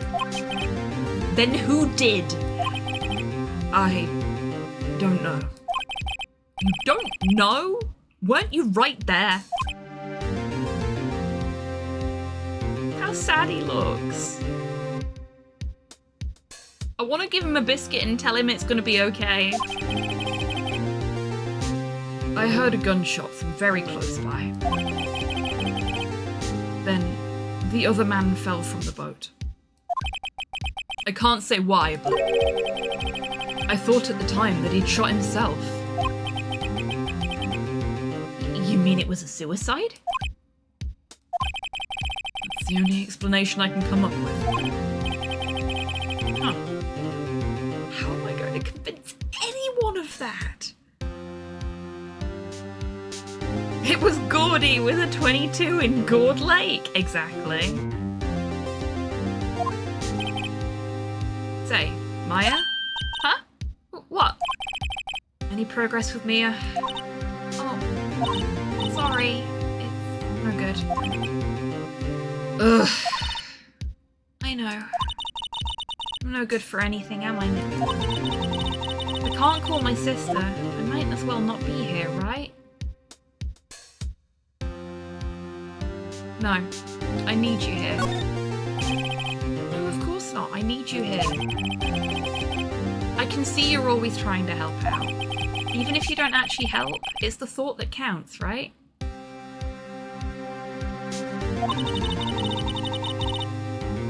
It's okay, Nick. You don't have to make me feel better. I don't know anything about trials or defense. What's more, I'm a spirit medium who can't even contact spirits. Well, everyone has their off days. I mean, I've just been getting lucky lately. But you never know when my luck is gonna run out. Really? Whoa, right. Don't jinx this case any more than it already is. It's bad for my heart. Oh? Oh! Sorry. Oops. Great.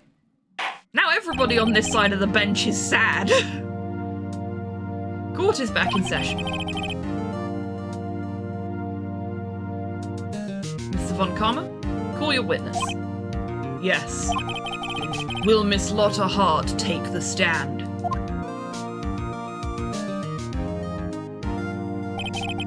Lotta Hart, you are a research student at a university? That I am. Good. Begin by telling us what you saw the night of the incident. And don't add anything trivial or subjective. Understand? You'll need to learn some manners.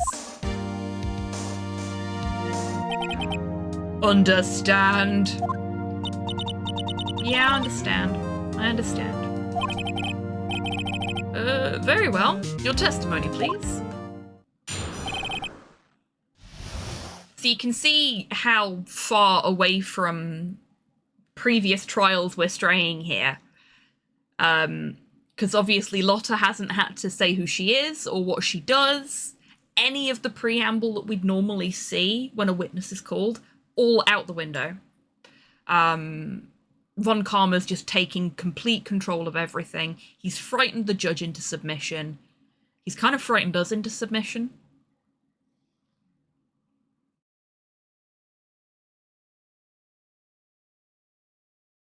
Karma needs a boot up his arse far enough that he can taste the profile, doesn't he just? What we really need here is for Karma to experience what it feels like to lose a case.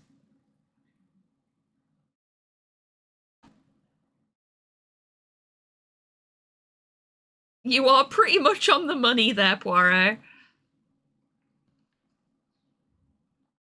Not following legal procedure sounds like Wright can call for a mistrial, and yet, because it's Japanifornia, no he can't. It was Christmas Eve, just after midnight, I reckon. I was in my car. I heard this bang come up from the lake. When I looked out the window, I saw two gents in a boat.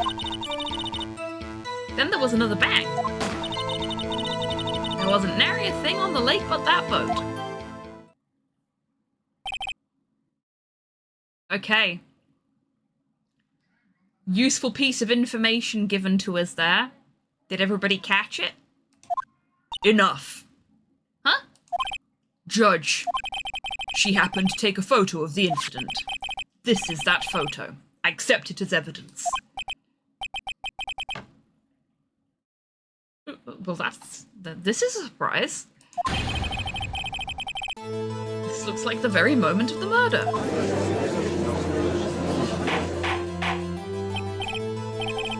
Order! I will remove people from this courtroom if I do not have order immediately. As the witness testified, she looked at the lake when she heard the shot. There were no other boats on that lake. So the man in the boat with the victim must have been the one who shot him. Yes, it was the defendant, Miles Edgeworth.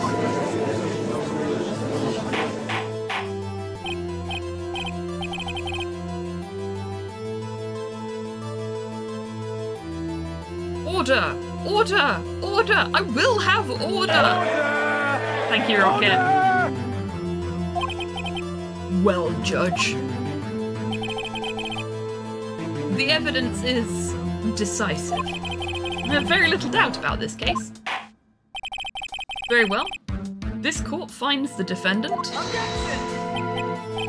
Wait, Your Honor! I haven't cross-examined the witness yet. A cross-examination. We have photographic proof. What question can there possibly be? This photo is worth 1,000 words, and they all read guilty. You lose. Or do you claim to have found a contradiction in her testimony?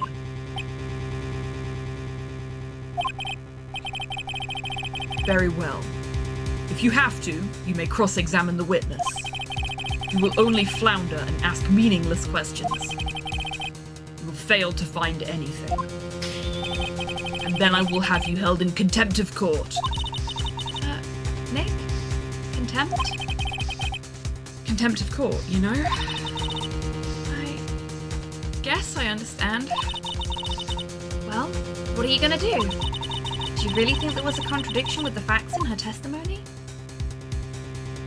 I think there was. I think I noticed one little thing. Wow! I'm impressed, Nick. I didn't notice anything. Right, let's take him on. Yeah. Oh, I've got a bad feeling about this. I understand. I will cross-examine the witness. Very well. Just one more thing. Hey, Sinister, welcome in. Hope you're doing well today. I pray for your sake this isn't a waste of time. Okay. You have to be careful here.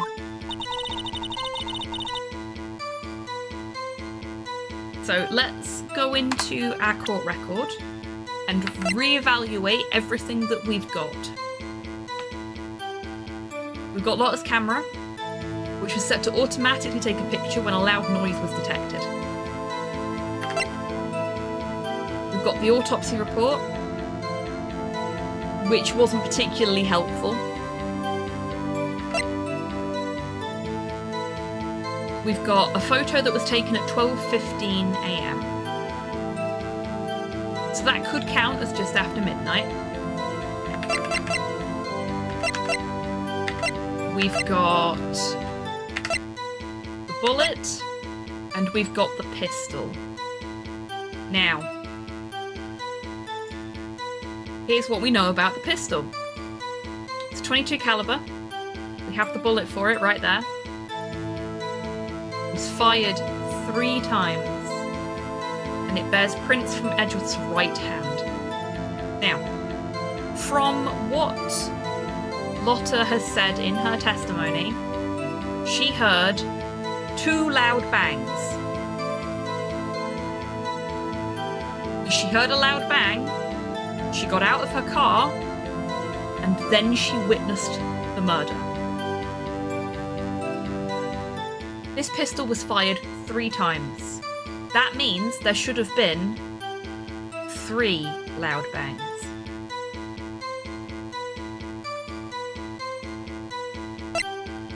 It also means there should be 3 photographs, because this was set to take a photograph every time a loud bang happened.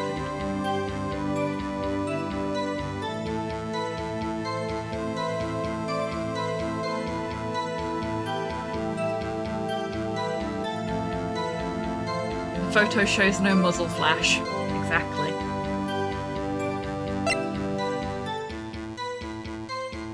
So the one photo out of a presumed 3 doesn't show the time of the murder.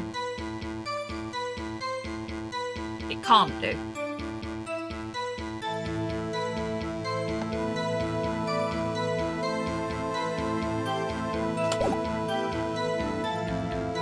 And that's what we're gonna run with. She was in a car. She heard a bang come up from the lake. When she looked out the window, she saw 2 gents in a boat.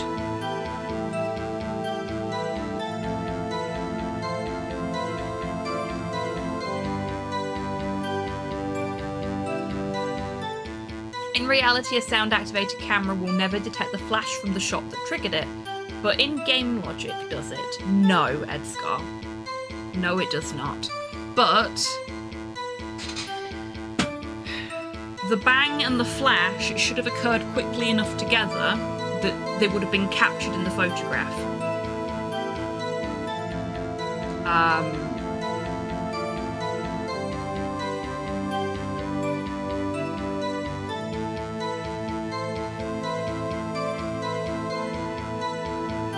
Or we would have seen one person standing in the boat and one person falling out of the boat. If it was after, if it snapped it immediately after the moment of death, if you see what I mean. So that photograph is not the moment of the murder. But that sound-activated camera should have activated 3 times, or at the very least twice, if we assume that the 3rd shot was fired before. No, one bang wouldn't be the body hitting the floor because he fell into the lake.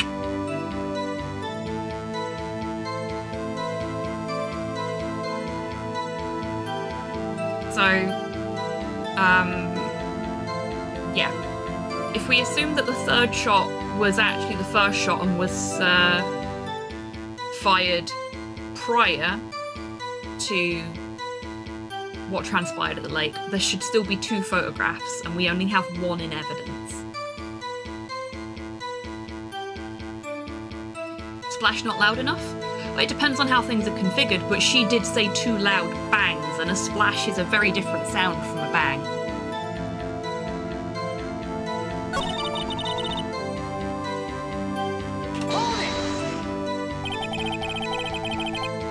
Were you watching the very moment the shot rang out? Well, yeah, sure. You're asking meaningless questions. Meaningless! Contradictions, Mr. Wright, not meaningless babble. On Karma, I think I hate you. It's trying to keep me from talking to the witness. To what end?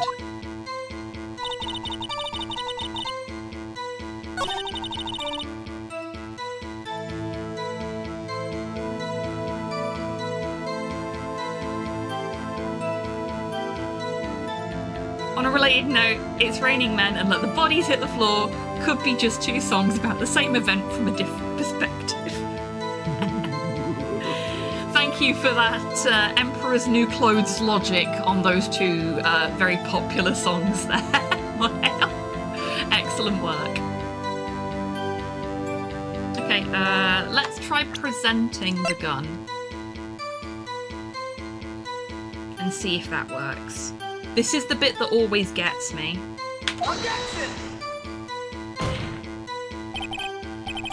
No, okay, no. That's gonna be a 2-point penalty. I have played these all before when I was 15 picks, which was more years ago than I care to admit to. It's been a very long time, so I know the plot, but it's been long enough that the puzzle solutions don't come back to me immediately. The only one I've not played before is Ace Attorney Investigations 2, because that only got an English release for the first time last year. And we are playing through the entire chronology of the Ace Attorney games because Capcom very kindly gave me a copy of Ace Attorney Investigations 2 for free to stream, but I didn't want you folks to go into that without the primer of who the different characters in the series are.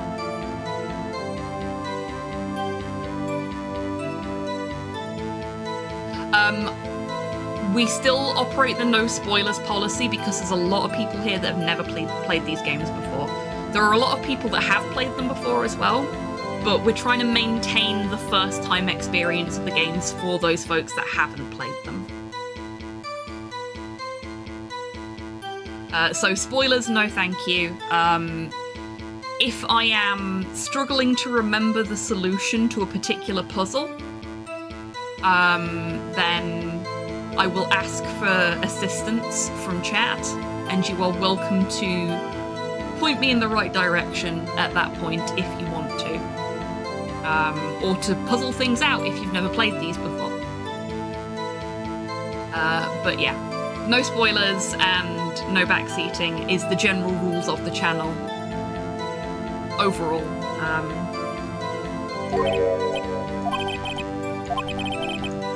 Okay, so that didn't work.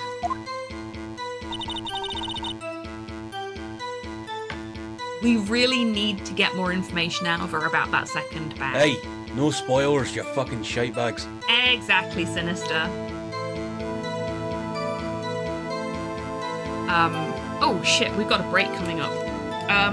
What I'm gonna do is I am gonna kick the break off now before we make another attempt at getting information out of Lotta. And I'm gonna go grab a snack. Because one of the downsides to me forgetting that I'd adjusted my schedule today is that I haven't had a snack between work and stream yet. So I'm gonna go get some crisps. So now's a great time, everyone, to grab a drink, grab a snack, have a stretch, get some fresh air. Think about your action plan for court, and I will see you in 3 minutes after I've done the same. Be right back.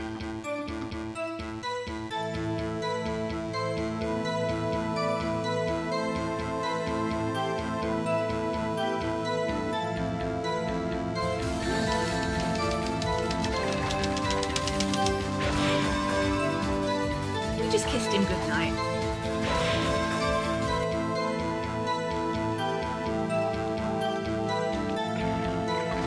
Did that work?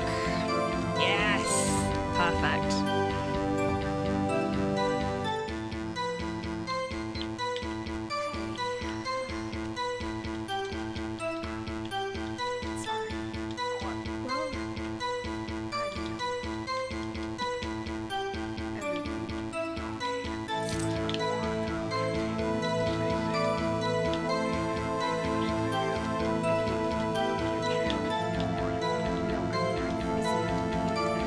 I got all of Doll Skip.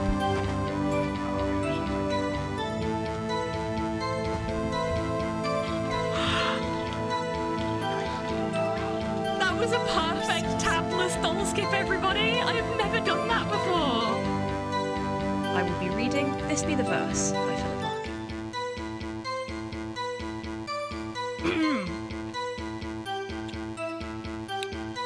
They fuck you up, your mum and dad. They do not mean to, but they do. They fill you with the faults they had, and add some extra, just for you. But they were fucked up in their turn.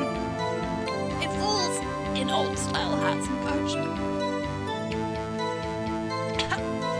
Who half the time the soppy stern. And half at one another's throats. Man hands on misery to man. Hello. It deepens like a coastal shelf. Freedom. Get out as early as you can. And don't have any kids yourself. You are. And now nobody can see anything but your butt. Nobody wants to see your butt. They want to see your beautiful little face. Which they still can't see because you're too short. No, no kisses. Ah, he licked my nose. The tail wags. Yeah, he is very much my dog. Like, he likes Slow, my partner, but fucking loves me. What are you doing? You're being lewd again, Long. More like, Trying to more like actually clean a single bit before we move on to somebody else. I'm cleaning plenty, okay? How I'm many decks have you drawn in the fucking land? not one How dick. many times have you written "come" on it? Not once. I'm 3, going down. 4, No. 5, 6.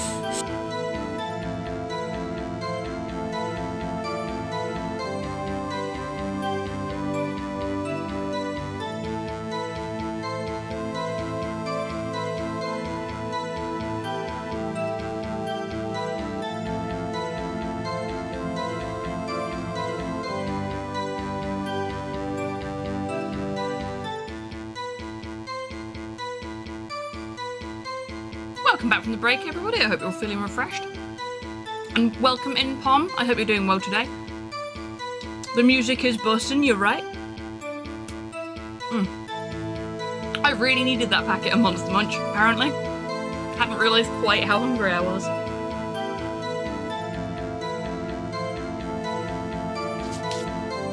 Thank you, hot weather, for confusing my brain and my stomach.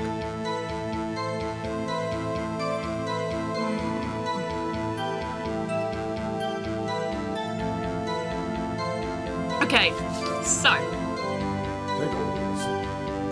Oh, absolutely, Pom. Always pickled onion.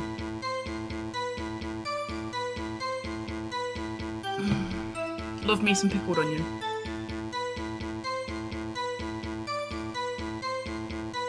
There we go. My teeth, on the other hand, not so fond of them. One day when I have money, I will get my teeth sorted. Today is not that day. Okay, so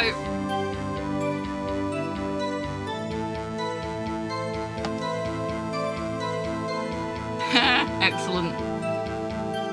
That is a fantastic little emote. I love it. Okay, jumping straight in with what we know has not served us well. And it hasn't served us well in the past either. I don't know what the fuck I was thinking. We're going to be methodical about this. We were able to press without getting in trouble. So what we're going to do is we are going to press the fuck out of this woman.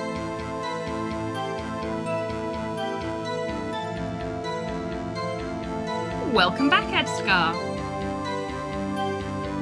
We do like it. Positively slasher music. I suppose it kind of is, isn't it? Yes. It does have a certain John Carpenter-esque element to it. I don't feel like pressing this one's gonna get us anywhere. Because Von Karma is like super up on just the facts.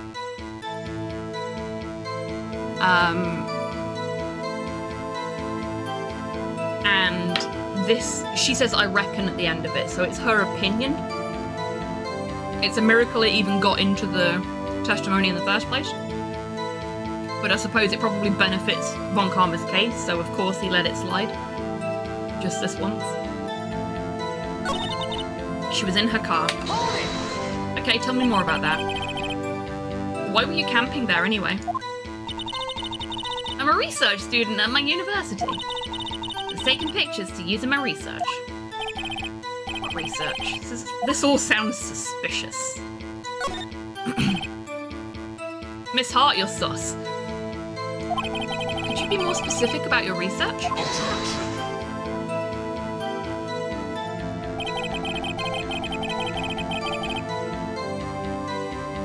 What does the witness's motive in camping by the lake have to do with this case? The answer is nothing. I object to this line of questioning. Objection sustained. I hate to break it to you, buddy, but you don't get to say that. Wait now, I'm the one who says that. Well then say it already. Objection sustained. Thanks for nothing, Your Honor.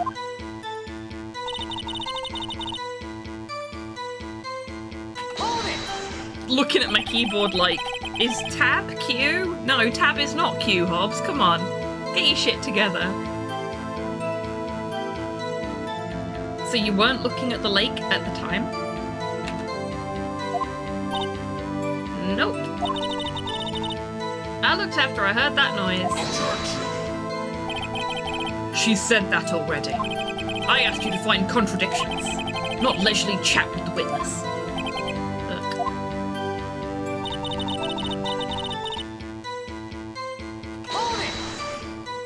Could you tell who they were? Could you clearly see two men? Just look at the picture. Clear enough for you? No. No, it's not.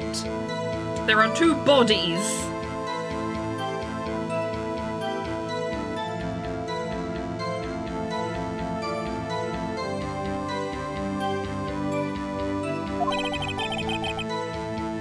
I wasn't asking you about the photo. I was asking you if you saw two men. Yeah, well, of course. The witness has testified that she saw them. There's also a photo. You'd best look elsewhere for your precious contradictions. He jumped in quick. He's hiding something.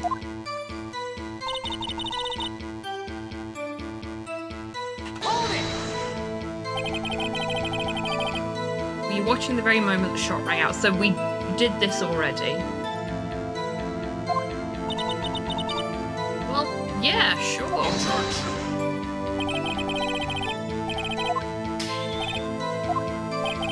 We did that already.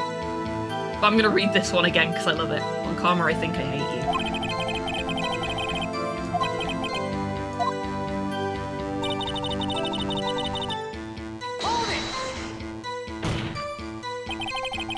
Are you sure about that? Yeah, sure as a country gal can be. That sounds pretty sure. Oh, is he a vampire? No, he is not. He is a prosecutor and an arsehole. He just looks like a vampire. All the prosecutors in these games have drip. And all of the defense attorneys are just like standard attorney attire. But yeah, the prosecutors tend to be quite flamboyant.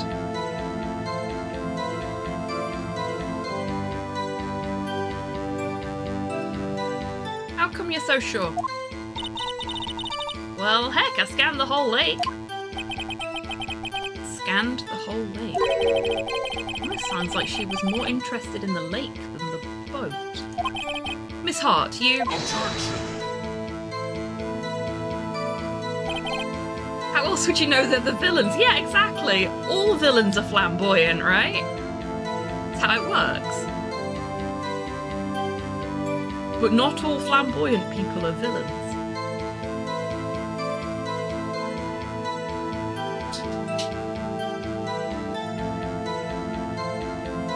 What is a man? A miserable pile of secrets. That's very much what's going on here, yeah, Pom. So, I was smirking because every time we get close to unveiling what's actually going on here and what her testimony really means, he jumps in. So that's how we know we're on the right track. If he jumps on us like a fly on shit, we know we're on the right track. The game is actually very good at giving you the information, like basically like the little jingle to say that you're doing well, if you know what to look out for.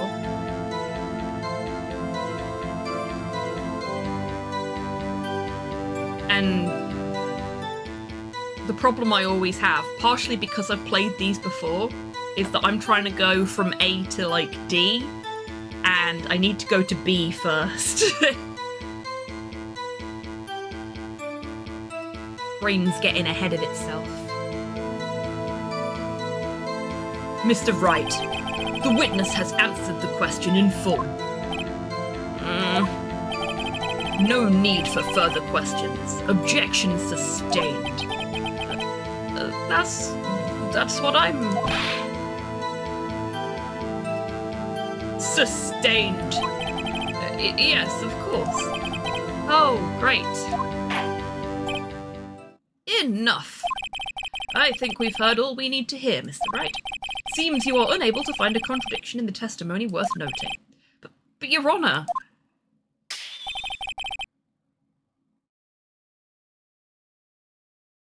You keep your promise. Mr. Wright, I'm afraid that I will have to penalise any further outbursts by holding you in contempt of court. And if that happens, you'll have to leave the courtroom immediately. Understood?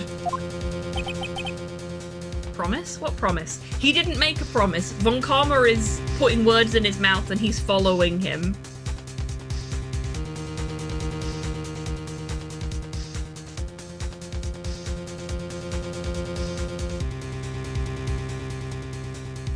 The judge is whipped, for want of a better description.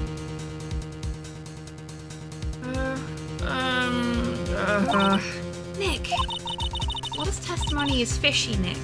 Real fishy. I know what you mean, but I can't say anything. What can I do?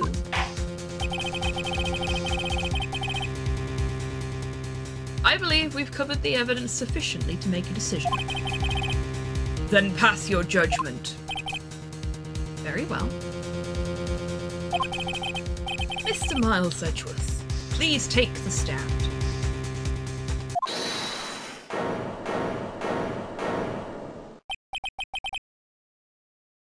Who was that?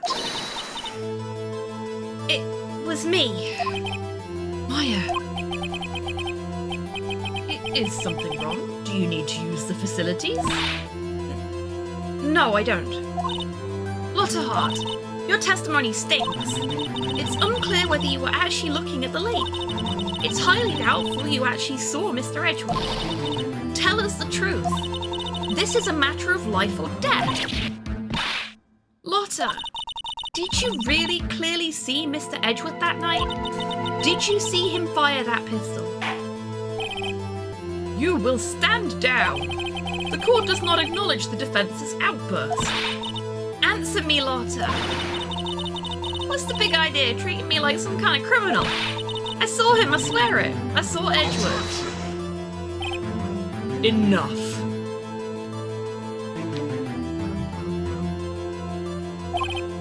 Judge, declare the defense in contempt of court. Yes, of course.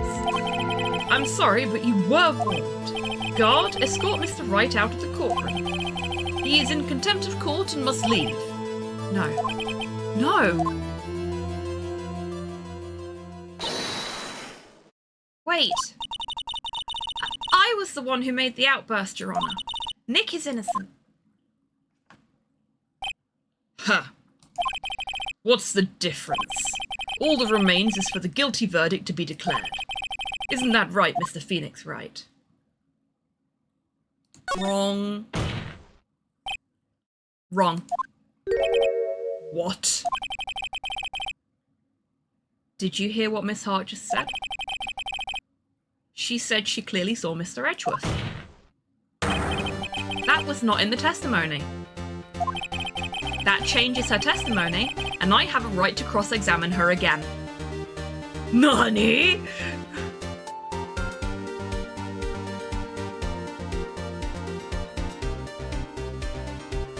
Your Honour, my hair greying appointment is at 4:30. No time to waste, so judge already, yeah.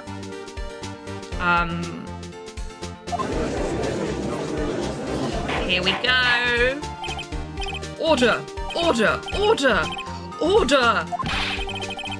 You're in contempt of court. It's too late for wild claims. Judge, sustain my objection. Thank you, Rocket.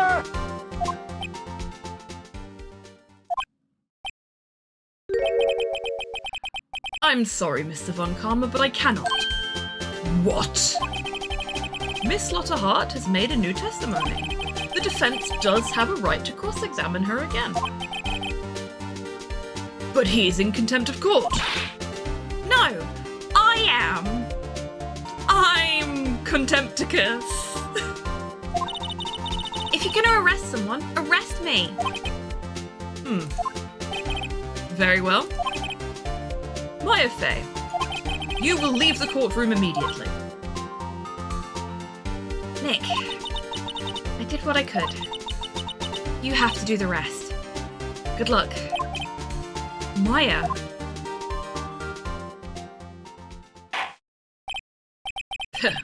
I care not for this melodrama. Listen well, Mr. Wright. I do not tolerate badgering of my witnesses. I'm running out of time. I better find a contradiction in here, or else.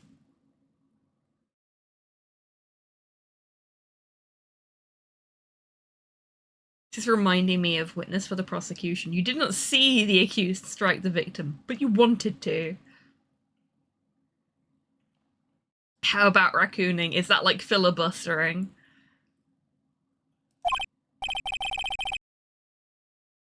Mr. Wright, begin your cross-examination.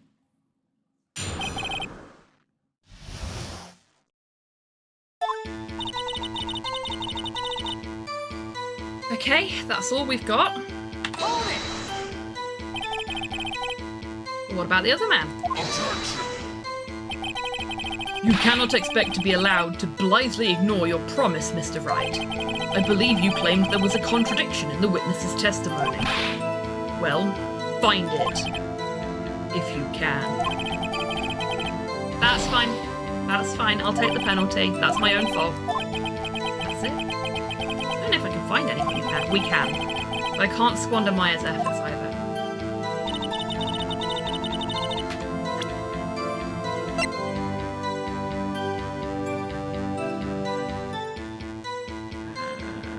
Objection!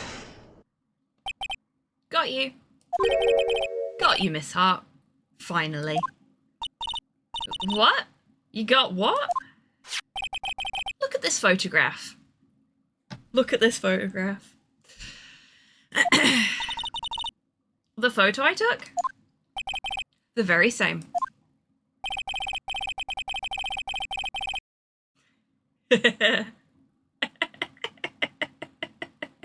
I'm glad we all went to the same place there. Well done, everybody. I'm proud of you.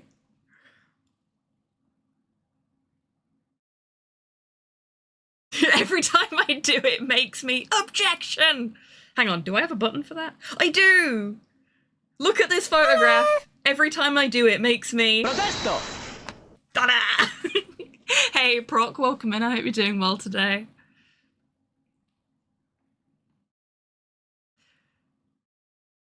There is something I want you to see in this photo. It's quite clearly visible.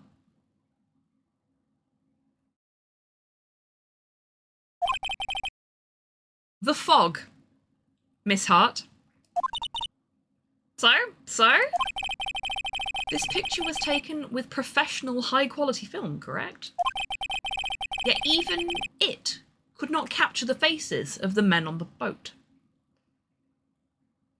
And that photo is two Loch Ness monsters kissing. Yes, it is. This entire time it was just Gordy and his date. Yet you claim you saw Mr. Edgeworth. How? With your laser eyes? Mr. Wright has a point. That's why I told her not to say that in her testimony. Please. Yet now she has said it, Mr. Von Karma. How could you possibly see Mr. Edgeworth? Explain yourself. Miss Hart. What? Could you see the defendant that night? Of course. I said I could and I meant I could. Then please testify as to the circumstances of your sighting. I did it! Finally found a hole in Von Karma's carefully vague testimony.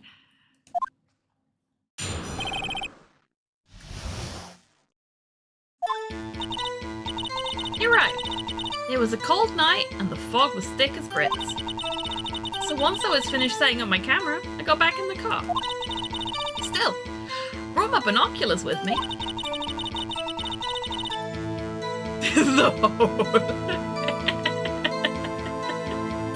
Beautiful, bravo, Pom. When I heard that noise out on the lake, I looked with my binoculars. Hey, now Miss Hart has a name.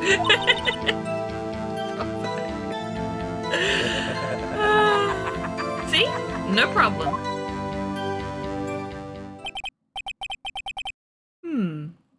You used binoculars. Very well. You may begin your cross-examination, Mr. Wright. This one better be good. Maybe it's a lot of fart. Oh, got him. Okay.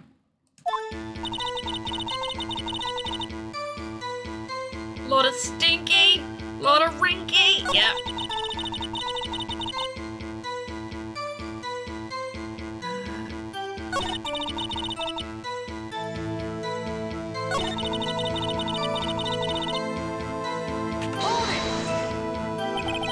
If there was a heavy fog, how would binoculars change that at all? What do you mean? Even binoculars can't see through fog. But you say you clearly saw him. I did, yeah. Enough. There's no room for doubt in her testimony. She sounded pretty doubtful to me. Binoculars by night in the fog. Do you have military stuff? Yeah, I know, right? She's bullshitting hard. Find a clear contradiction first. I don't care how many von Karmic objections I get. I'm going to find a hole in this testimony if it's the last thing I do.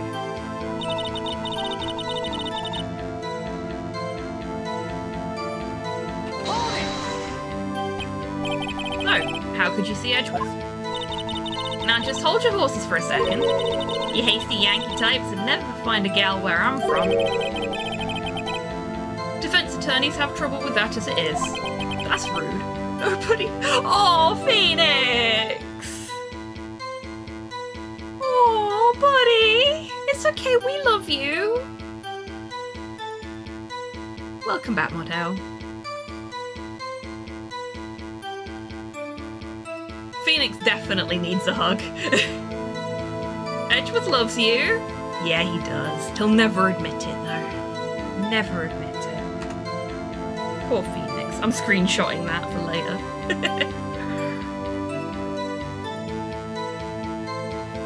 He needs a hug and a towel, yeah.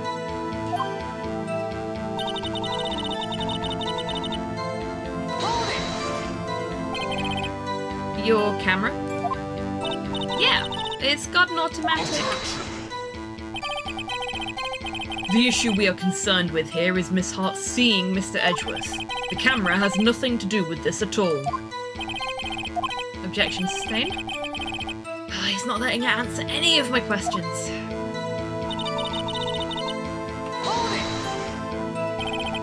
Binoculars? Yeah, binoculars.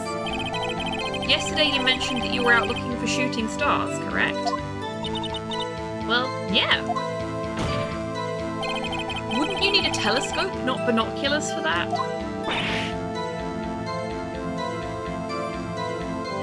Do it for your boyfriend, Phoenix. Yep. This is how we win him back.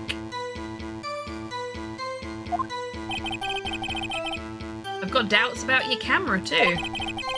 Was that really to take pictures of meteor showers?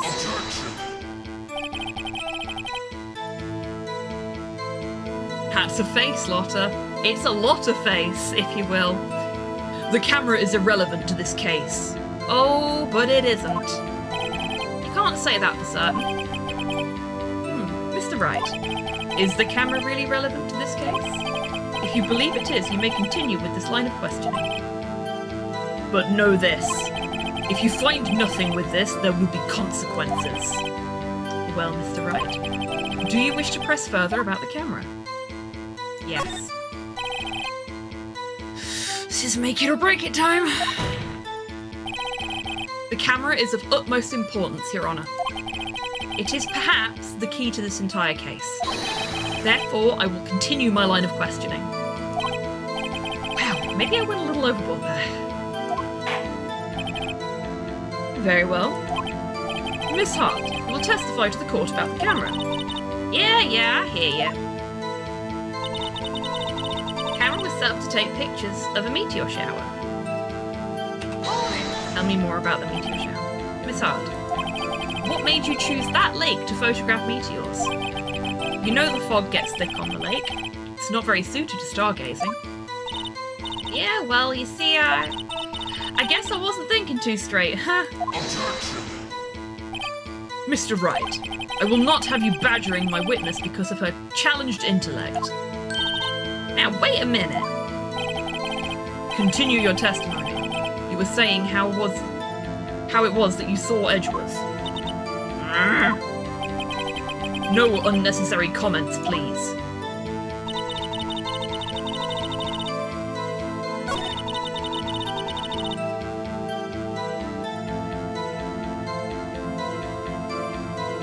Camera is very important. I just don't know why for the moment. See, I do, but I genuinely don't remember if this is the point when we can reveal why it's important, or if I have to do some more pressing first. I think I've pressed everything in this testimony, actually, so it may be that now is the time. Speaking of the time, yeah, it's nearly 8:30. We're gonna try and get to the end of this bit of testimony, and hopefully the end of the court case day, like this day of the trial, because I think we're quite close to the end of this day, and then we'll finish up. Let's take a look at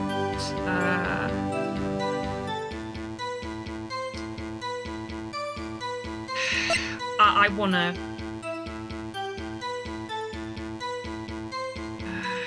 maybe not.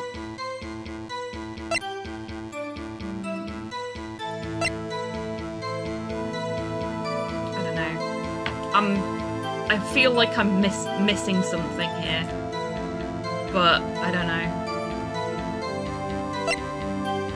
I can't be. I've pressed everything. I got a new bit of testimony, and then I've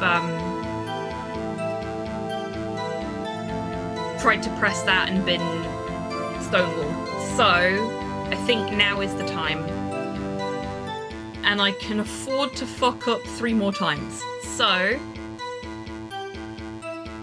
Oh, no, we do the smart thing, actually. We go back, we go to our options menu, we do a cheeky save,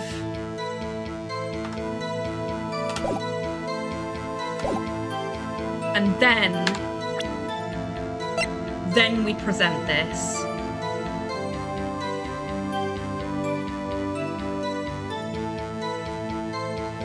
Yeah, exactly, Tidders. If it wasn't for the fact that that lake is known for being super foggy,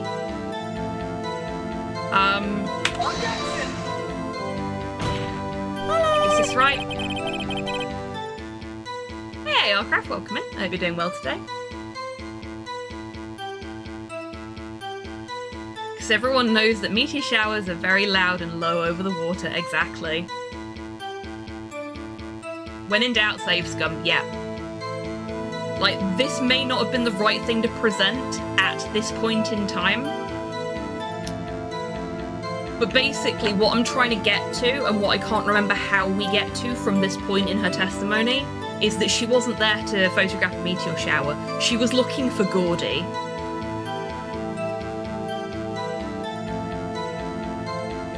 She's a cryptid hunter. And she's lying about it. But I may have done the wrong thing here, which is why we save Scum. The witness's statement is clearly faulty, Your Honour. I'm sorry, but I can't see anything faulty. No, okay, so that wasn't it. Ugh. Must be on the wrong track.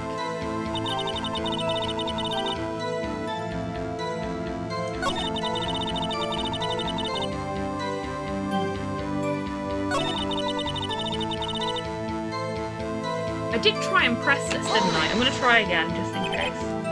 Miss Hart. Yeah, I did, because I asked about this and the fog, and he objects before I can do anything else.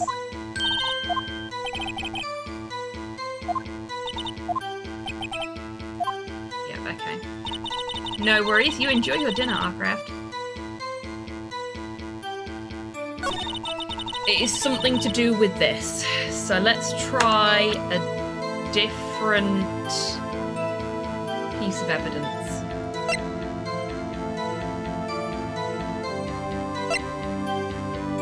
We tried the Gordy article.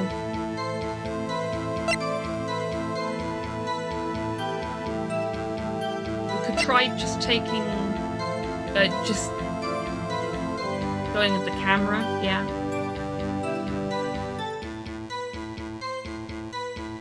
Oh yeah, absolutely, Pom.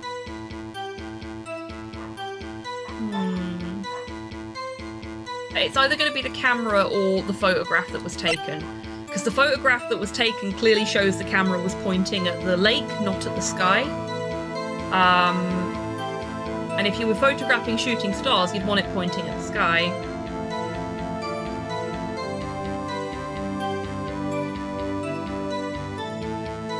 So I think we go with the lake photo. Objection! Yes, there we go. You were photographing shooting stars? That's a lie. Says who? Take a look at this photograph. Do you want to do it again, chat?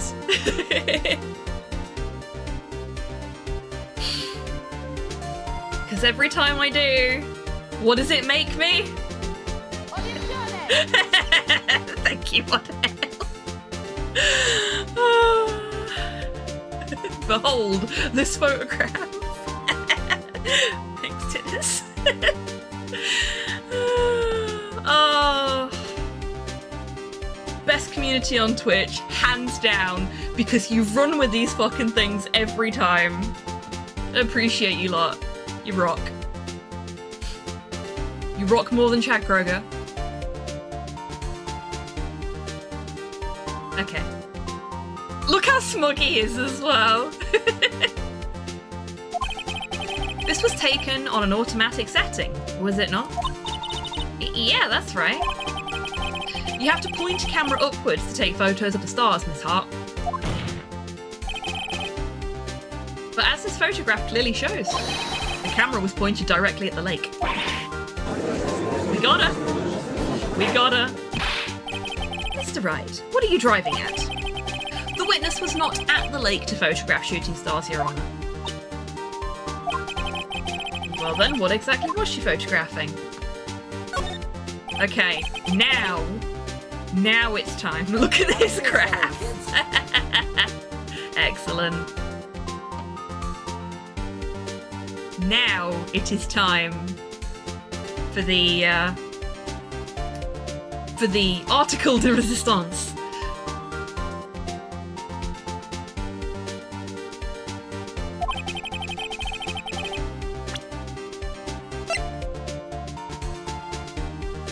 Take that!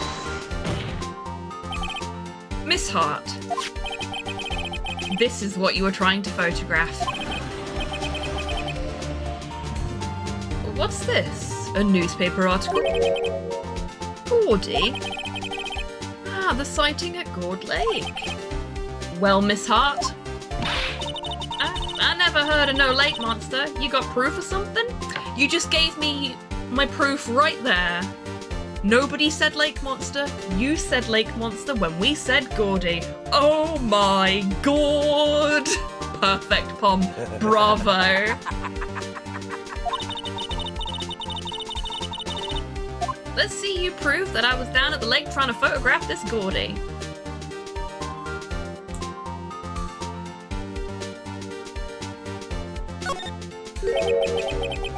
Oh shit, I hit the wrong button.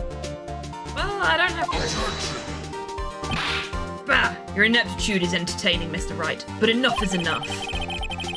Shit. Okay, no, I hit the right button. Alright, if that's how you want to play, I'll show you evidence. Thought there was going to be a gun hidden in the camera. There's still time. Mr. Wright, are you sure about this? Sure sick of that smarmy prosecutor putting me down. Or did he taunt me so I'd get mad and make a mistake? Very well, let's see it, and no joking around this time, please. What is proof that the witness was trying to photograph Gordy, the lake monster? Okay, we're gonna check the article first. Okay, no, it's all just like blurred out.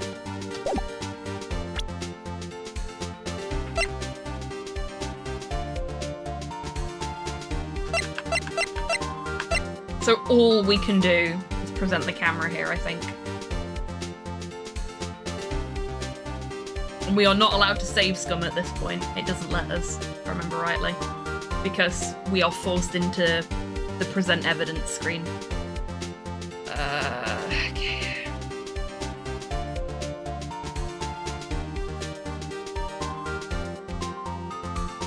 Take that! The proof, Miss Hart, is your own camera. Your camera was set to take photos in response to loud noises, correct? Thus, this photograph here, taken when a gun fired on the lake. And here, this article about Gordy. According to this article, Gordy made a loud noise when it emerged. Well, you were trying to photograph Gordy, weren't you? That's why you had set your camera to respond to loud noises. Order! Order! I see. I too thought it was a little strange. Yeah, sure. Well, Miss Hart, you were camping there to try and take a photo of Gordy, weren't you? Yeah. Not bad. Oh, all you lawyers that smart? Hope the next case features Mothman. I'm afraid, Pom, it does not. It would be cool if it did, though. So, smart boy, I was down there trying to photograph Gordy. You got me. So what? Huh? That don't change what I saw, does it? Exactly. What you just used several precious minutes of our time to prove is nothing more than that the witness is an idiot who thinks monsters exist. Hey! But as she so succinctly said, so what? It changes nothing. Not true. You were hiding the whole thing about Gordy for some reason. I know it. What could it have been? Whatever it is, I'm getting to the bottom of this. Miss Hart, why did you hide the fact that you were searching for Gordy from the court? Please revise your testimony. Right, fine, I'll testify. It won't change nothing, though. Something will change. It has to. And I'm going to spot it.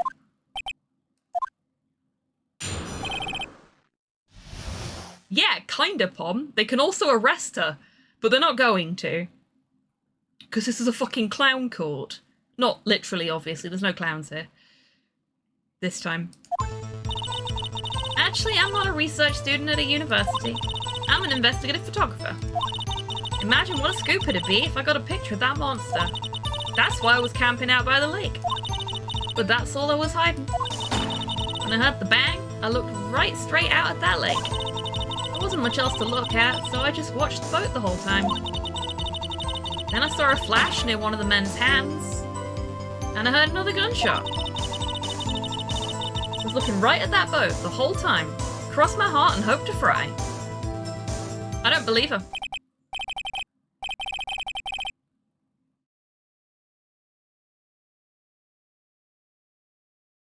Unless when there is. Yes, exactly.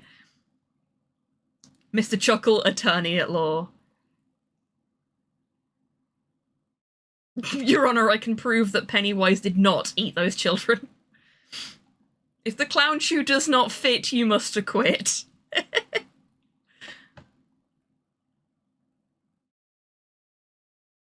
You may, well, Mr. Wright, you may cross-examine the witness. Objection. The witness's testimony is unchanged from before. Whether she is a research student or a photographer has no bearing on this case. If the nose don't honk.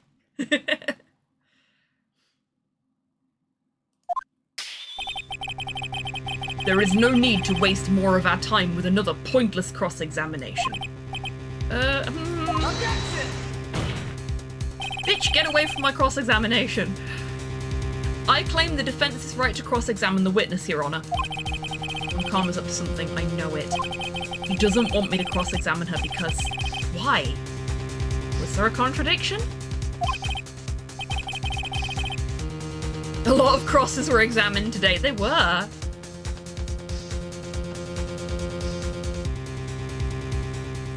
Can we please plant someone with a trank gun in the audience to shut Von Karma up? That would be very nice, yes. My lord, just because I have freakishly large feet doesn't make me a killer.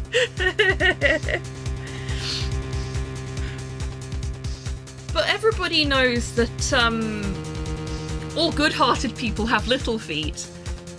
Apparently, according to Bart Simpson.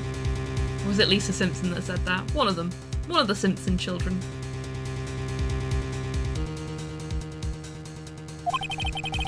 You seem sure of yourself. You must have something in mind. Ha! That would be a first. Very funny! How dare! I am a good-hearted person. It's okay, Montel. I'm allowed to make that Simpsons joke because I also have massive feet. I am a hobbit. Your Honor, the killer is in fact Bigfoot.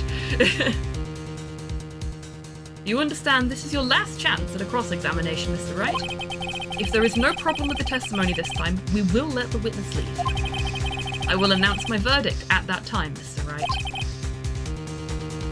Full circle, baby! Yep. Understood? Yes, Your Honor.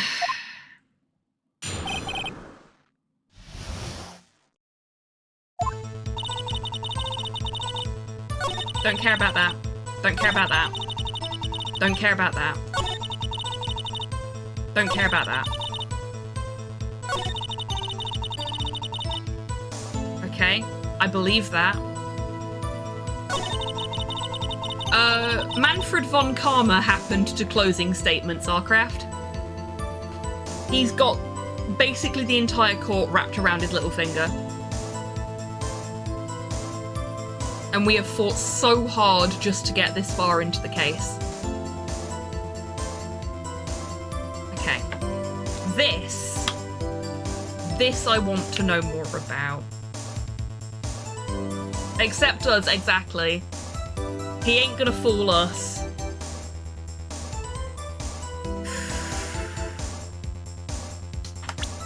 We're gonna do another cheeky safety save.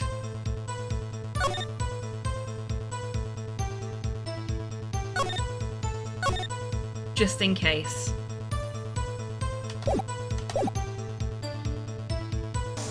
Because I don't know how this is gonna go. I do not remember how this goes. There wasn't much else to look at. Yep. I don't know. She heard a bang and she thought Gordy was out there. Kind of doubt she'd waste any time looking at a boat. What? What did I do now? What are you giving me that look for? Definitely suspicious. Maybe it's time for some evidence. Witness, continue. Hold your hush puppies, Pops. I'm getting there. She's just so fucking done with him now.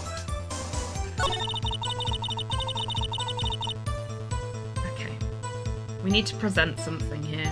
Phoenix has given us the info we need. He's told us we need to present something here. She speaks for us all, I feel. She really fucking does. He needs to shut the fuck up. I'm tempted. Will you please shut up while the defense is talking? Yeah. I'm thinking we present the Gordy article again.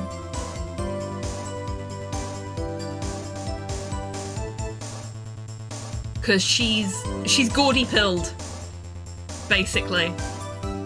So it's the only thing we've got in our little docket that would be of any interest to her, and that could be even potentially relevant here that isn't the picture of the boat, I think.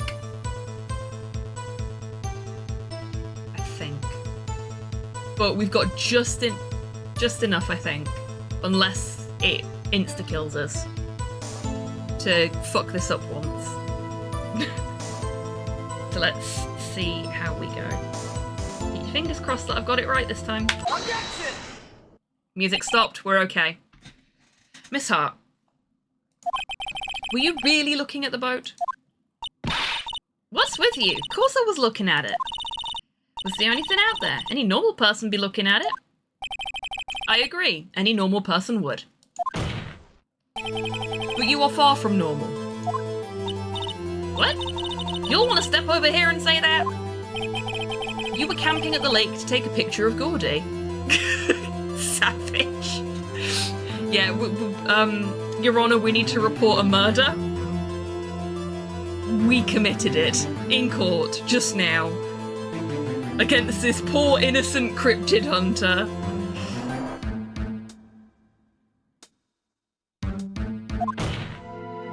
Slay. Think about it. What would you do if you heard a loud noise? You'd be scanning the lake for any sign of Gordy, that's what. You wouldn't give the boat a second thought. Order. Continue, Mr. Wright. You testified that you were watching the boat through binoculars. However, you wouldn't need binoculars to watch that boat. You needed them to search for Gordy, and that's what you were doing.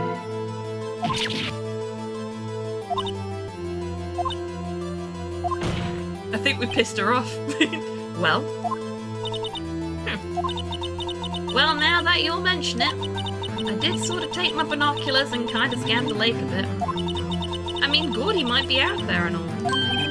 Miss Hart, are you saying that you were not watching the boat then? Would the court usher please bring the fire extinguisher to take care of that burn?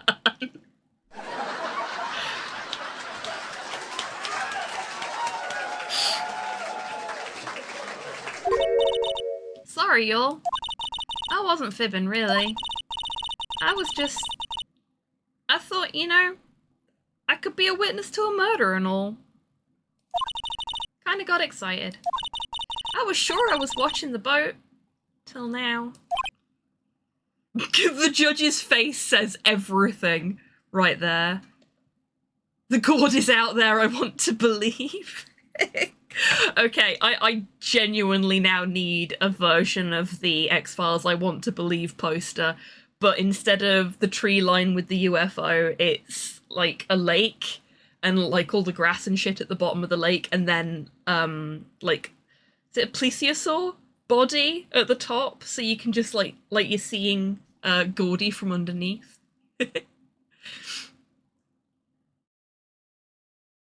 You mean there was a boat? Apparently. Have all the accessories to watch a murder. Yes. This is totally uncalled for. Hey! You got the photograph, you got proof. Still, we can't see who is shooting who in this. Right. That's why I took this photo and... Bye, Slow. Witness. That's enough. You've had a long day. Shut your pie hole. Shut my what? What was she going to say? She took the photo and what? Wait a second.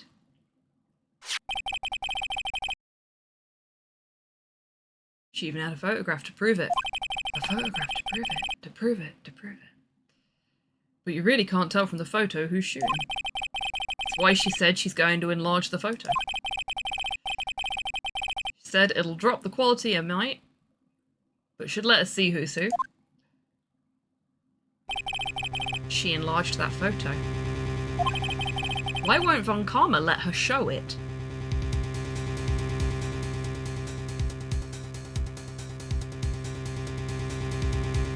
No, she didn't take the photo. But she did take it to get it enlarged. I've got a hunch. I bet that enlarged photo shows something bad for Von Karma. This is my chance. If I'm wrong though, it'll mean prison for Edgeworth. Or worse. I'm doing it again. This is taking me back, because this is exactly what I did when I played through it the first time. All those years ago. Every time I got to a point like this, I was just like, oh shit, safety save.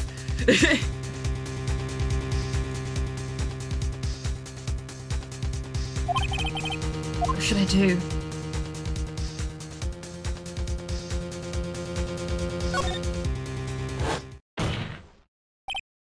Miss Hart, look at this photograph. You enlarged this photograph, did you not? Oh my god. You filthy animals. Every time we do, we objection. We fucking do. Every time I do, I objection. Or, every time I do, I take that.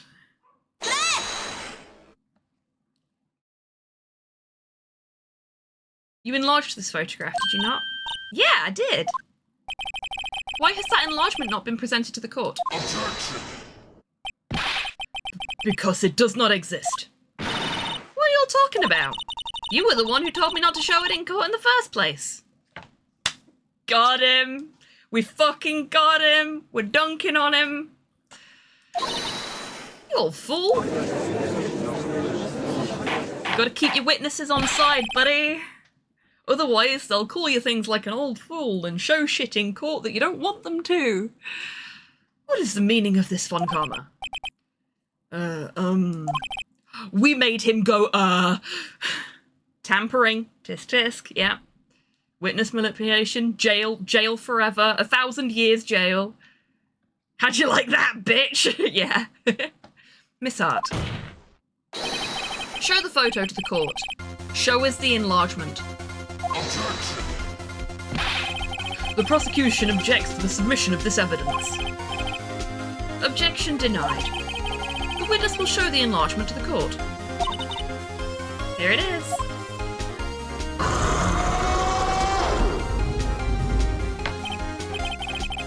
Hey, Hans, welcome in.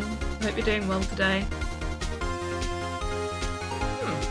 We still cannot see who is firing in this. It could be the defendant, or maybe it's not. Regardless, I'll accept this as evidence.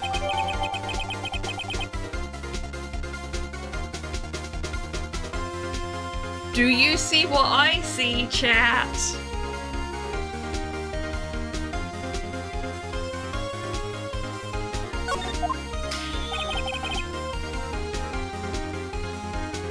Oh, it's a lefty. Yeah.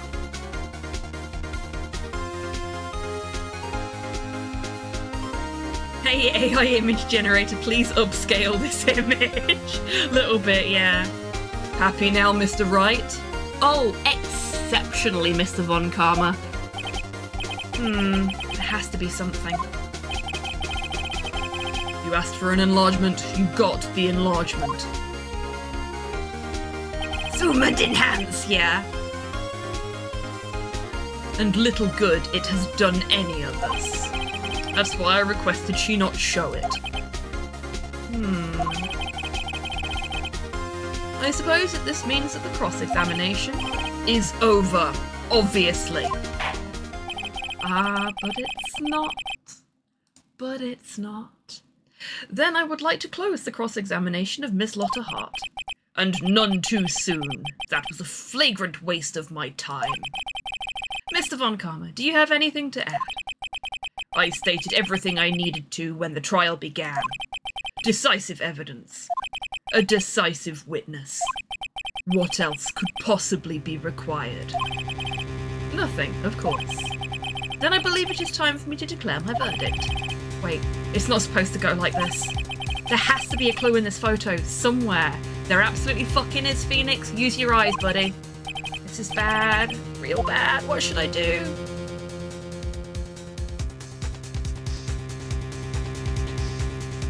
I don't know if I want object to the enlargement or show other evidence here. Because what we want to do is show the gun.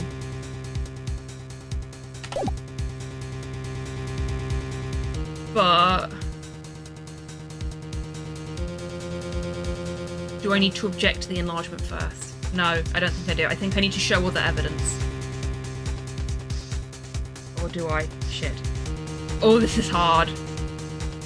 Hello there. Hello, Spooky Boy. Welcome in. I hope you're doing well today.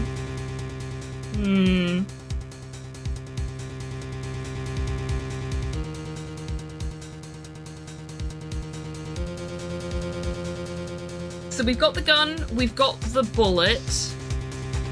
That was all, yeah, that's what we're gonna do. It is showing the gun. I can't remember if we need to object to the enlargement or if we need to show other evidence to present the gun. And I think I need to object to the enlargement, but I'm not 100% sure, and I'm second guessing myself.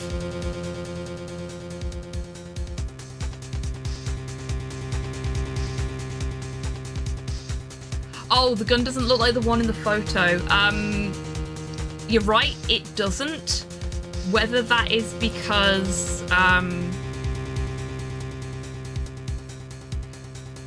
they didn't think anyone was ever going to get to see it in this level of detail or not, I don't know. We'll see. Okay. Fuck it. I thought it was object, so we're going to object, and I've done a safety save if it's not. Is it because computer game or because clue? Exactly. Your Honor, there is something decidedly strange with this enlargement. What might that be? Mr. Wright, you will show the court what you mean. What about this photo is strange? Okay. Here goes nothing. Oh yeah, the entire soundtrack for these games, all of them, is absolutely fantastic. Take that! Here, Your Honor. The shooter? I'm not sure I understand. What about the shooter is strange? Look at the hand holding the pistol, Your Honor. The hand? That hand directly contradicts another piece of evidence. Is this an intended in-game anomaly or a bug? Yep. This man's left hand does what? Let me show you. I'll show you the evidence that contradicts that the left hand contradicts. Take that! Take that, indeed. The evidence is clear. The man in this photograph is holding that pistol in his left hand. However, the prints on the murder weapon were from Edgeworth's right hand. Ergo, we're using Edgeworth's words now. The man shooting the pistol in this photograph is not Mr. Edgeworth.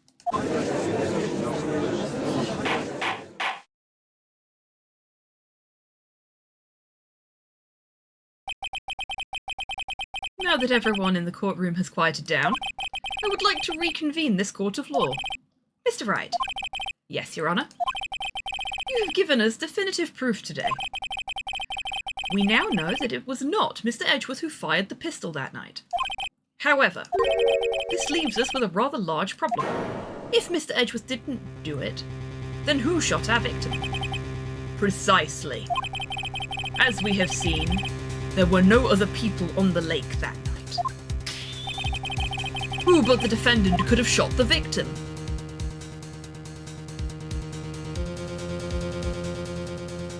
Larry, yeah, let's just dump Larry in it. That is not the matter at stake in this trial, I know, but that's how this works. We have to not only...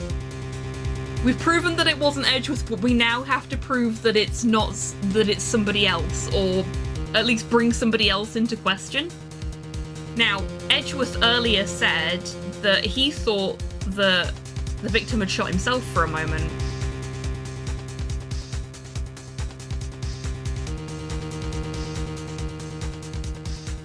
So we're gonna go with the middle option, which is really gonna set the fucking court off. There is only one explanation remaining. The man who shot the victim was none other than the victim himself.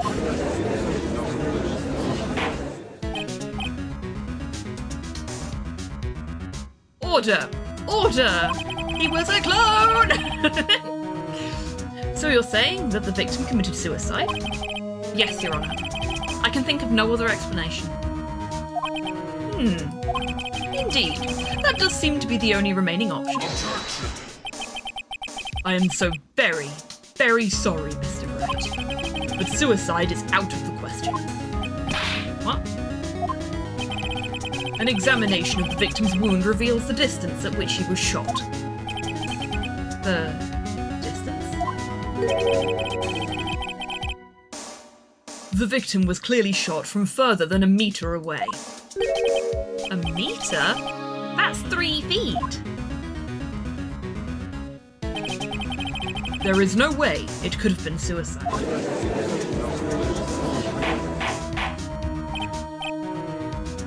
Order! Order! Mr. Von Karma, are you sure of the accuracy of your data? How big is that boat? Yeah, exactly.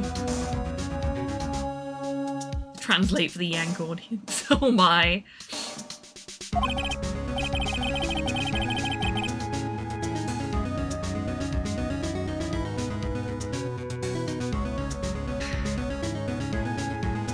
Of course, I had already considered the possibility of suicide, you see. Oh yay, we got an autopsy report.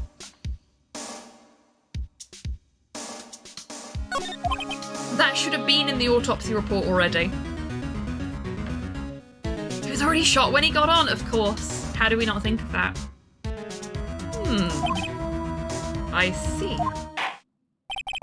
Very well. Allow me to state my opinion. Considering the situation, the shooter had to be the defendant, Mr. Edgeworth.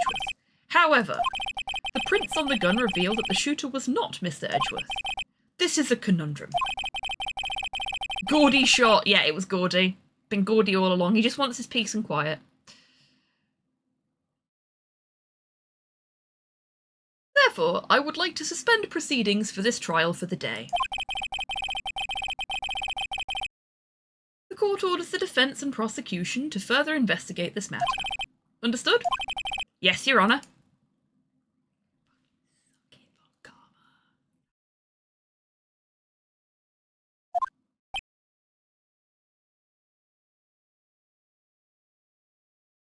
Yes, we have open captions on...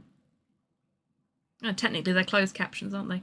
They are live captions of what I'm saying. They don't always get everything right, but we have those there for members of the community who are hard of hearing, or for folks that need to watch the stream with the sound off for any reason. Because we are all about accessibility here.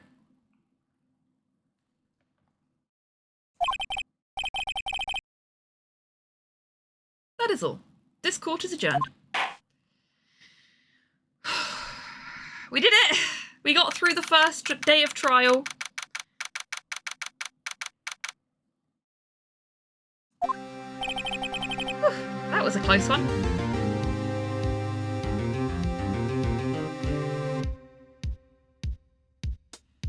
Yeah, if it's something that you'd be interested in for your own streams, if you're also a streamer, they are Local Vocal is the name of the OBS plugin I use, and it's all encoded directly within OBS. So I've not got anything extra open to get them working. It's all just in my OBS instance.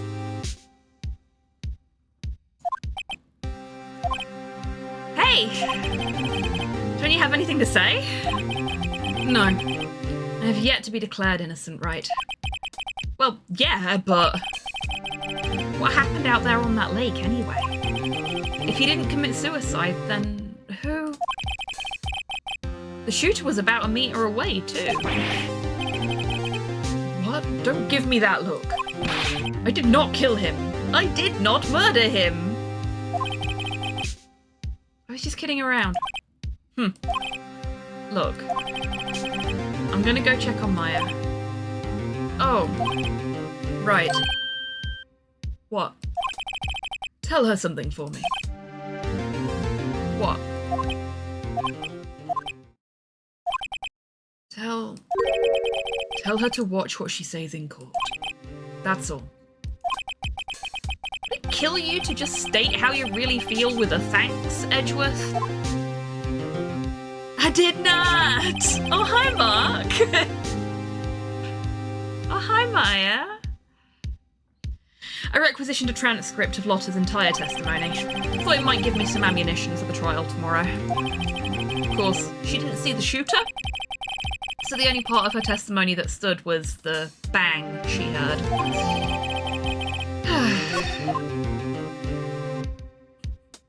Right. Yes? No, not you, you fuckwit! To be continued, we've gotten an autosave. We're gonna put that in the top slot, because we made it. And that is where we're gonna finish up for the day. Escape! Escape! No more! Back to the title screen! No more attorneying for us today. It's been a hard day.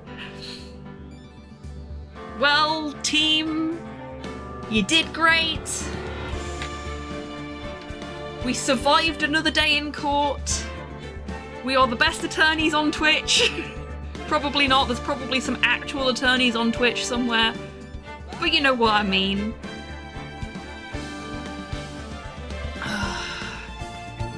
Thank you very much everyone for coming along today. We are gonna go over to the ending screen.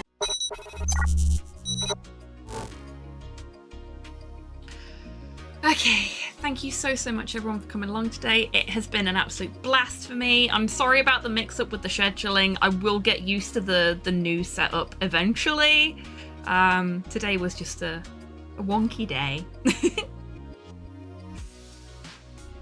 Lawyer of the Year. We, as a community, are Lawyer of the Year. You're most welcome, Pom. Thank you for being here. Oh, I'm so glad it was comfy for you. Okay. I was going to be back on Friday, but it turns out I'm supposed to be at a work gathering thing, and the food and the booze is free, so who am I to say no? My mum taught me not to say no to free food and booze from your employer.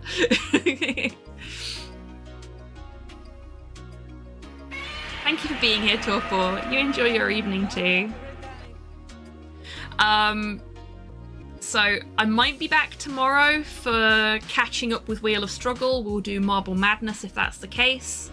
If not, I might do that on Saturday. We'll see. I'll figure it out.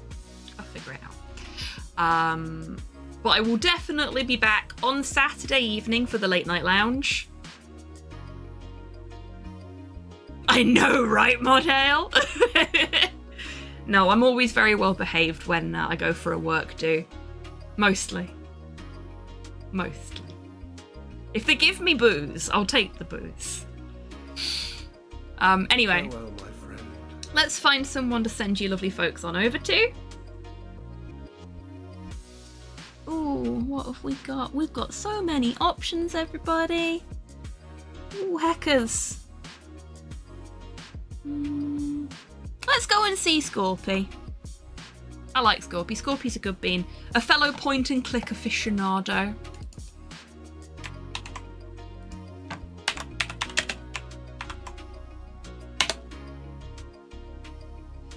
and currently playing The Book of Unwritten Tales 2. So should be a grand old time. If you are not pulled through on the raid by Twitch, there's a link to Scorpy's channel so you can follow on through in your own time. Please do give Scorpy a follow, even if you're not able to stick around, because Boy 175 it makes us all just followed. super happy and fuzzy when we get follows. Perfect timing, Spooky Boy. Thank you so much for the follow. Hopefully I'll get to see you again soon. Right.